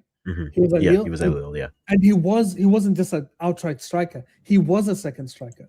So the problem we have is we're playing an outdated system because our best player is Jonathan David at this point in time, but he's also not playing at Juventus. So I think the conversation has to come. If he continues having a bad spell where he's still at Juventus for the next 3 years, because that's how long his contract is, are you going to keep banking on him when it comes to the Copa America or whatever the Gold Cup? Yeah, Gold Cup? I think the problem with him is it turns to a conversation of, well, he's there. I think with their strikers, I think if you're playing Larin, you only play Larin and you play a midfielder. And I think because of how free the role as a second striker Joao David gets, he becomes that, like you said, that hybrid all around. He tries to do everything. He drops into the midfield if you need him to do that. And for me, I'd say, how about we just play a third midfielder instead of having to convince myself that if we drop this player, or if you invert this fullback into the midfield, it's really technically a 3-man midfield. And I think there's enough talent. If we were all healthy, if Kone doesn't break his leg, I would have loved to see them go to a 3-man midfield. Apparently, Jesse Marshall only plays a 3-man midfield. If you've noticed this World Cup, the 3-man midfield has been destroyed. Almost every top team is not playing a 3-man midfield. England is playing a 2-man midfield. France is playing a 2-man midfield. They're playing obviously a 3-4-2-1 or 3-4-3 or some variation of the effect. But the 3-man midfield, the problem with it is you need 3 excellent midfielders. That's the issue with the 3-man midfield. And our issue is we have one good midfielder in Kone. Eustachio has played amazing this World Cup. But so that let's, you know what? I'll even be kind. I'll say we have 2. The third guy is a young player in Saliba. Mhm. You're not too sure what you're going to get. So in this is going to be a Jesse Marsh hype up. Jesse Marsh looked at this team and didn't bullshit. He looked at the team and said, "This is the best version I have." And it's impressive because guess what? Every game we have competed. Every game. There's not a single game you can say we didn't compete. So to me, the only thing you have to say is, can these guys get better? Can one of the younger boys get better? Can Saliba make the push to bench Eustaquia or to bench Kone? Kone, yeah. Can Ali Ahmed or Liam Miller become much better so that the argument becomes someone? Tajon Buchanan has basically stolen the right wing. No one else can take that position. Mhm. The left wing is still open. It's still up for grabs. Mhm. Someone needs to take that. For me, Laria he's been very lucky this World Cup, but you know what? I like the edge he comes in. I think Laria is a left back. Alphonso Davis, I can't trust a guy who can be fit. It's Okay, over to for my that. guy. Okay, so that's what you're saying. It's Okay. over. It's over. Luke de Fuggerel looks good, but needs that experience. He clearly needs more experience. Mhm. Bambito's good-ish. Johnston, we need a better right back. I will say that. I think the right back needs to be changed. Keeper's good. That sounds All like in a lot all, of work. It is a lot of work, but it's It is it's a lot, guess but what? you, We're in the right direction though, because I see Saliba, I see a good player there. Kone did amazing, having sucked at Marseille, right? Sucked, and then moved to Sassuolo, revamps his whole career again, from being a highly rated young kid to almost looking like a flop to going back to being a decent player again. mhm. We're seeing like you're There's seeing that pieces there tick. for sure. Yeah. So I think we're fine. It's just a question of what people expected Canada to be. No, yeah, and I think right. I think I wasn't. Look, I said, and again, consistently said, get to the round of 16, because to me, my logic was always, if this was the old World Cup format, the round of 16 would have been clearing the group. So to me, get to where what used to be normal is normal, and then from there build. And True. so that was a logic. I see a couple comments here to get in. Tajon did not have a good. I think he was better defensively, but offensively he just He was poor. lacked. He But was then also poor. you have to remember, on a team without Davies playing, a not informed Joe David, the most dangerous player was going to be Tajon. And I think as much as he played poor, I think he was also marked out very well. Yeah, but and Ali so- Ahmed was playing well, and Mhm. Ali Ahmed was on Hakimi's side, so it Mhm. makes no sense. I know Mhm. Tajon just had a bad game. I agree with Son here. I'm Mhm. actually with Son. I think he was poor. Like Oh, that's an overall tournament overall, conversation. yeah. But Tournament to your point, conversation, he's been poor the whole tournament. Mhm. But I agree with you. Teams have figured out that by marking Tajon, you negate a lot of Canada's attacking ability. So Mhm. it's clever. You have to do it. He has to grow. He has to grow. I'm okay with that. Mhm. Oh For my sure. God, And Pedro's. yeah, and Pedro, to this point, look, there's a lot wrong with Canada's system as it's built. There's definitely more on the grassroots level that has to go, and I'm curious to see what happens post this World Cup grassroots level, because outside of maybe the National Training Center being built, there isn't really a legacy project. And so I'm curious to see how this impacts grassroots. I'm interested to see how that changes. And I think, look, there's an overhaul that needs to be made on all levels of soccer or football in this country, for sure. But the pay-to-pay aspect of it is always going to be an issue for how it is. You kind of seen it with the women's program, where if you don't exist within that structure, you don't exist, period. And so there's definitely a lot there. And yes, for where they are now, a lot is placed on size and speed. I agree. But for Marsh, this is what he did in this first 2 years. And again, I think like I said earlier, I want to see an evolution of that. But that's not just coming top down. That's down. I have a question. Uh-huh. What were people's expectations? We're there. Marsh met expectations. No, I'm sorry. Oh. Marsh smashed expectations. So for me, getting to where we are, which is a lot further than some elite teams that have been knocked out, We've gotten further than Netherlands. We've gotten further than Japan. We've gotten further than multiple top teams, Turkey, so on and so forth. So for me, whatever system we built, the players have to be given credit for getting there, and the coaches will be given credit for being there. If the question is, let's move forward, I understand the previous one where you said grassroots needs to evolve. But grassroots means it's not happening now. It's happening in 20 years from now. Oh, agreed with that. And I think, and again, those are two separate conversations, but they intertwine in terms of the right now, but they are two separate timelines in that sense. So if you ask me the question that you'd ask me, which is what do you see Canada? I'm like, this is our level. It's a good team that can push teams. This is like in club football, you'd say this is a mid-table team. It's a mid-table team. It doesn't win anything. It doesn't do, but like teams don't want to face you. But at the same time, teams look at you and go, it's going to be a hard game. That's it. That's how teams look at Canada. Yeah. It's a good thing. We could be as fun as Brighton or as middle as Crystal Palace. We're somewhere in that range. That's what I would say. Yeah. Okay. Okay, Abigail, I'll get to your point in a minute here. That's a long one here. But apparently people are saying Jesse out. Listen, again, what were your expectations? You move from there.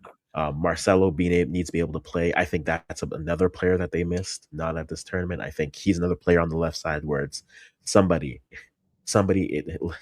as Achilles in the Troy movie says, immortality's on the beach, it's yours, claim it. Someone could get that left side, whether it's Ali Ahmed, if it's Liam Miller, if it's Marcelo Flores when he gets back healthy. I think there's definitely the ability and the opportunity for them. For sure. Could you put his next comment just because I think it's the best comment? Yes, of course. And just reminding you again, not everyone folds to the witching hour at 86 minutes. I just want you to know. Right? Not everyone folds to it. Right? You see, and you know what? I'm one to talk. My team hasn't made a team register a save yet. I know. But guess what? We told you we got it set from the beginning. We just said, hey, we're gonna be poor, we're gonna get scored on, and there's nothing else. So that is our life that we live. But yes, you're allowed to have. And if this sets the tone for the round of 16, hey, I look forward for dominant performances. All I have to say is, Morocco, you can say thank you to me. To you. You might specifically. You might want you can make all the jokes you want, and that's what happens when you're online. You will get roasted, and I get it all the time. It's okay. Yeah, you have your 15 minutes of fame, but you can thank a certain guy that has the last name Diop that helped you guys to win against Canada. That is true. And then you can thank also PSG, which is my team and my academy team, that's helping making Hakimi the person he is now. Okay, let's Hakimi was always good from Dortmund. Ooh, let's relax. But he did not become Hakimi that everybody's talking about Hakimi. Let me help you. Let me actually say something that I've been dying to say. Hakimi has always been good. Hakimi was exceptional at Dortmund. I'm pretty sure Hakimi had the most goals or something for a defender or for a fullback on his way from Dortmund to PSG. He wasn't like some mediocre player. But like now his name is in everybody's mouth. Yeah, but you know why? But you know why? Honestly, it's because PSG won the Champions League. That's it. Yeah. But in League A, we're also starting to know him. Yeah, but his level has always been high. I've always thought Hakimi is a high-level player. But yes, I just tell him, say, oh, thank you. Brady also played till the U21. It's just that Deschamps said that he was not ready and he wanted to be in the World Cup early, so he switched. Listen, Deschamps then that's no, he's not. He has too much. He has too much talent to know what to do. Now, like it's like he's in Senegal now, but he was saying he was not ready. Genuinely, who was before Hakimi? Who was the right back that was stopping Hakimi from playing at the time? Bakary Sagna or something? Oh no, Sagna was not in PSG. No, I'm saying no. We're saying when he moved to PSG. I thought you brought up the French national team. But at PSG, there was no one was ever going to be better than Hakimi, though. No, probably no. No. So Hakimi was a clear improvement on any player. I The think team, that Right. I think the Yeah. one that helped him the most as well is that he was given the freedom on the flanks to do as he pleased, which gave him, that confidence that no one can stop him. That's why the previous year he did everything. Okay. But like, it's funny. I'm glad Mhm. Morocco's enjoying it, right? yeah, no, Enjoy I am. it. I'm good. I think the Issa Diop one was actually amazing because the fact that Senegal and Morocco both tried to go for him, and Senegal didn't. He I thought they did. I thought they no, reached out to him. he wanted France at all cost. He, like, for the past 5 years, his goal was France, France, France.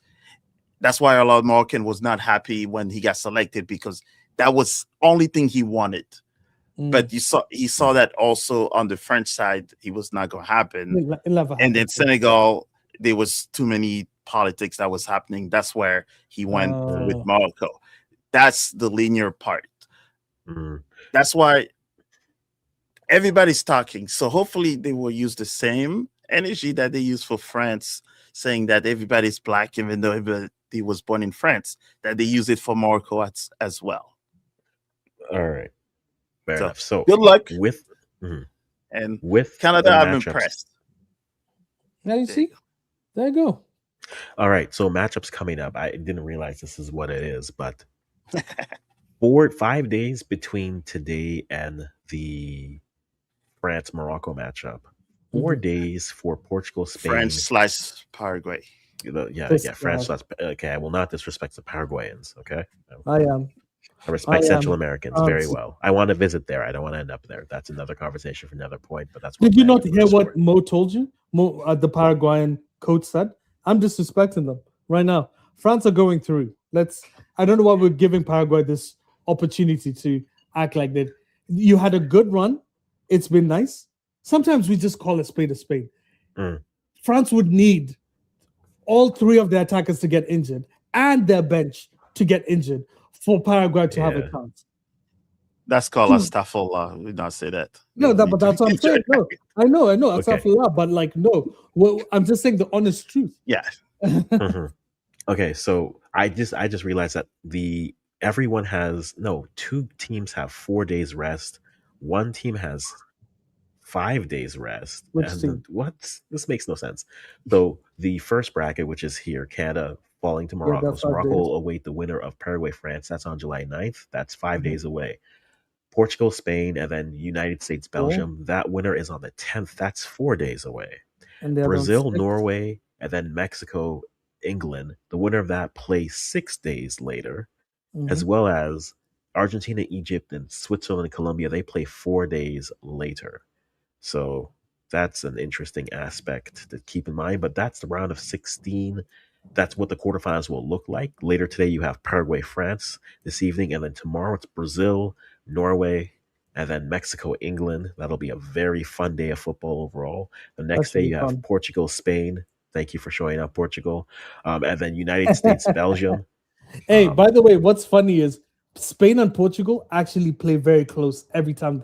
It's matchups in Europe are so interesting to me. Spain beats France quite regularly, but then Portugal beats Spain quite regularly. But then Portugal will face France, and France will just dominate them. So it makes, maybe it's because they're close neighbors. Maybe that we have unfinished. Hey, your neighbors know your garbage day, but your guests are like, you're so fancy. So wait, have you read Pedro's last message? He said Canada has solidified its position as CONCACAF's third best side for now. Do you agree? Do you think it's its third best side? I think now, yes. Because I think after 2022, I said they're uncomfortably there. They need to show it in performances now to show that they do belong there. And I think they've done a good job. They've played up, and like the one thing that we'll give them credit for since that World Cup, when they've had to face tougher teams, they've at least made those teams work, right? They've had chances. Yes, even losing to the Dutch 4-0. Even that game, they had a couple chances there, right? The France game was literally just felt like Doué and Barcola were on the power play for 80 minutes. I was just like, crossbar, just survive 0-0. But I think for CONCACAF, Mexico, United States, I think Canada is solidly there. I still think Panama is 4. And then after that, then I think the 5th team for CONCACAF gets interesting between the Costa Ricas, the Hondurases, the Curaçaos, the Surinams, the Jamaicas of the world. One of them is going to emerge at some point. That's But what I think that's why I thought it interesting, because I would still say countries like Costa Rica are really hard to just ignore. I think we put too much. Like, it's funny because you hear me say, I know I don't account for friendlies, but I account for tournaments. Mhm. In the last Gold Cup, did we get knocked out in like the quarterfinals or something? We got knocked out in the quarterfinals, yes. Yeah, by Guatemala, by the way. Yes, it So- was Guatemala. Yes, yeah. I'm never running from that. Yeah, so that's, in my opinion, like tournaments like this, you also need to look at matchups. Like Mhm. Mexico, the US have faced hard teams. So it's still, I think at this point in time, I think US is better than Mexico right now. It's and to that point, I'll say this. I think it's interesting. I think it's very interesting if you look at the weird relationship that the top 4 teams have with themselves, Mm, because there's a degree where they're good against a specific side, yeah, but then they It's not struggle that. with another one, right? Because If you look arguably, like if you want to go based off how they looked against themselves, there is a real argument that you could say that Panama's been the most consistent in CONCACAF, because they always push Mexico, and they've beaten the US constantly in tournament football, right? Mhm. Canada have beaten the US in some tournaments. It's a mixed bag for them, but they consistently beat Panama. Mhm. The US are built to beat Mexico. Mhm. And until Mexico really turned it on and said, look, defense and Raul and, Quinones, Quinones, yes. Like, until that happened, it was just, we don't know what they are. But Mexico beat the US quite frequently. But frequently, but then more recently, it's been the US that's been taking more of that run. Mm. So it's interesting if you look at those 4 teams. It's like we can beat them, but then it's rock paper beats scissors, scissors beats paper, paper beats rock in the top 4 effectively. Now, you mentioned Costa Rica. Costa Rica is interesting because they're in a transition with youth, Mm. and I think what they do next, I think they could challenge Panama, because my question with Panama is, what is their ceiling? I think in the region, I think they're good enough to challenge the teams and make them work for a final, maybe lose it in penalties, maybe go from there. But Costa Rica took a step down, but they're bringing the kids back in, and those kids have been looking really good and coming through. So I think they could be good. Curacao, I think, with the access that they have with the Dutch diaspora, they're always going to have a chance to come through. Haiti, one game can score 5 goals, or they'll miss the net all the time. So it's No, I think those are lower. In my opinion, I think the question just becomes those 3. I think it's a question of USA, Mexico, Canada. I think US, even though they did lose to them in the final of the Gold Cup, I think it's clear US is a better team technically. Like they can face different opponents and match up well. Mexico are good, but let's be honest, it's also because every single game they've played is at Mexico City, where the altitude is a factor. Let's be honest here. But the counterpoint to that is the US doesn't play on the road. Every game they play, when they leave, even in CONCACAF, when they go on the road, they struggle. Even if they're going to Trinidad. No, I agree. Yeah. I'm not denying that. I think it's fair to say that. But I think even when you look at the makeups of the squad, I think the US has more depth than Mexico. I think the US has just higher level players than Mexico. But to me, I think it's US number 1. Number 2 would be Mexico. 3, I still think it's early days to consider Canada 3rd. I still don't think they're 3rd, in my opinion. I'm looking specifically at the last 4. Like, I'm looking at this last cycle from World Cup to World Cup. I think Yeah. Canada has been that consistent. If you want to look further than Not that, yes. consistent. They got knocked out of the quarterfinals. Pardon? They got knocked out of the quarterfinals in the Gold Of- Cup. Did Yeah. they not get it? Yeah. That was last year. How about the year before Yeah. that then? Year before the that, difference? quarterfinals, penalties loss. Yeah. Yeah. So how would you then rate them as third? I take that. I consider Nations League, and then I look at everything from there. I'm looking at that whole body of work because that's 2 out of 3 semifinals for Nations League that they finish in. Mhm.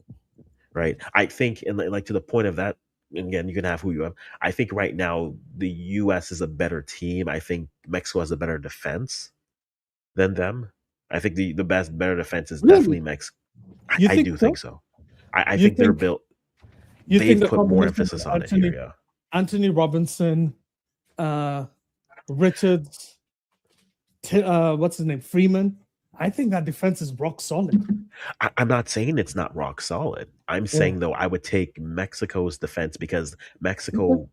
I think Mexico. No, I was just asking. Yeah. It's trying to understand. I'm trying to understand. No, yeah, I hear you. Yeah, I would take. I think Mexico's defense gets their floor a higher finishing point. Can they get the finishing consistently? So far, Raul is giving that to them. Mhm. I think that's there. I think the overall makeup of the team. I agree with you. I think the U.S. is the better roster for sure. But I think in terms of how they play, I think if Mexico gets a lead, I assume you're not getting what. Like if Mexico gets 1, I assume okay they can shut this down. Mexico gets 2, I'm like okay, I will just I'll get some tea going and get ready for the next day. It's actually funny in the same way. You know the way we're talking about Morocco and Senegal not too long ago, where I said Morocco, I think now have clearly established themselves as the best team in Africa. And I use the World Cup, I use the fact that they got the finals of AFCON, and win or not, I don't care. And then here now they've gone to the quarterfinals. I see the same with the US, because I think if you're looking at these 3 nations, which one has the best opportunity to get to the quarterfinals? I think it's the US. I think the US have every possibility of beating Belgium. They play Belgium next, right? Yes. Yep. I that's what I think so too. When I saw how Belgium played against Senegal, I'm like, dude, the US won't give them that opportunity to come back. The US will beat them. And that defense is the experience of the US backline's not gonna let that happen. No. Well, we'll definitely find out. Their team has every single player plays on merit. It's not a conversation about how good were you 3 years ago. It's a question of were you good before I brought you on? And that's one of the reasons I love Pochettino. Pochettino is, again, another factor that we're not including into this, coaches. Poch is a top-level coach. He's the best coach. I actually think in this World Cup, he might be the best coach. Because Tuchel exists. So maybe Tuchel.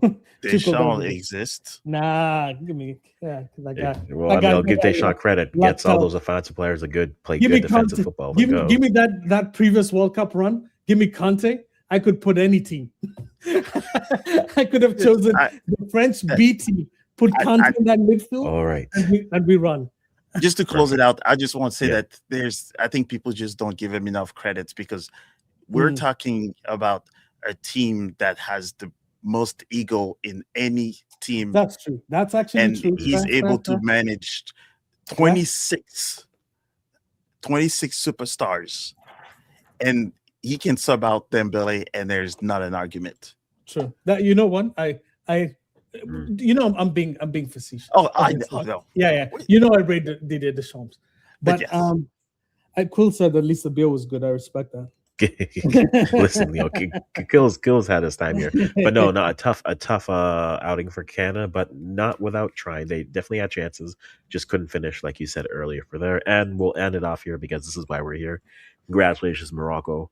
Respect from Malaysia. Respect from Canada. You guys showed your class here. Respect from Inshallah, they beat France. If they beat France, it's like all bets are off now. And now we're just like, okay. but it definitely gets interesting from there. So, guys, thank you for being here again. We'll be back a little later. Morocco wins 3-0. Morocco continues on. The Atlas Lions. If someone can tell me how many teams have lions as their mascot, because when I went to see Iraq versus Senegal, it was the Lions of Mesopotamia versus the Lions of Tehran, and I'm like, Well, okay, so in Africa, everybody's it's got Oh, the name. lions. Oh, I thought you meant like as a coat of arms or something. Oh Because no, Kenya's coat of arms is a lion too. Just yeah. want to make sure you guys are about to find out. Listen, Kenya, listen. Woo! Okay. I told you, you guys have you don't think I've already started sending money to Infantino right now? I've been sending him $20 every day, going, buddy, AFCON's coming. No, you have to send it to Motsepe, man. Are you kidding? No. We do You going right to the trickle-down source? economics. We'll go Going trickle right down to the economics source. first. Okay. We'll make But hey, sure. Good game. Yes. What time's the France game? Because I'm gonna watch that game. The France game in an is hour and a in. half or so. Yeah. Okay. I need to go cut the grass. Wait, are you still going to the beach with this horrible weather? Listen, when she wants, we go. That's all I'm going to say. Okay. But yeah, that game starts at 5. So yeah, we got an hour Gotcha. or so to go, and hopefully no squalls or random thunderstorms because it's supposed to rain. It was raining yet, like heavily. That's why I'm like earlier yesterday it was raining. Oh so, yeah, for sure. But yeah, yeah. we'll get to there. But guys, thank everyone for stopping by. I appreciate everyone who are watching on Twitter, people watching on Twitch, people on YouTube. We appreciate you guys all for being here. And yeah, this channel is here every evening at 9. We may be back. We'll be back at 9 today to do a quick 1-hour recap. Oh, but then outside of that, brother, if Paraguay beats France, we need to see Mo. Yeah, we're gonna put this. Have you seen this man? If you've seen this man, his teams have been eliminated. Listen, yeah, I don't care how they win. I'm here. If Paraguay beats France, I'm here. Mo, you are coming. I will find you. I will dox. Don't worry. I'll pull up everyone. I'm calling everyone here. Okay, everyone. Well, first they say it's a guarantee. Now it says if. You guys gotta make up your mind. Can we be honest? Jesse Marsh says the dumbest things ever. Apparently, by the way, I will catch you guys later. All right, see ya. We'll wrap it up here. Ready. Let's wrap it up here. Did you see what Jesse Marsh said? I didn't, and I'm gonna look at it after I wrap it up. I'd rather be us than them. Oh my days, Jesse. I'm gonna wrap it up here because I'll look at it and react later.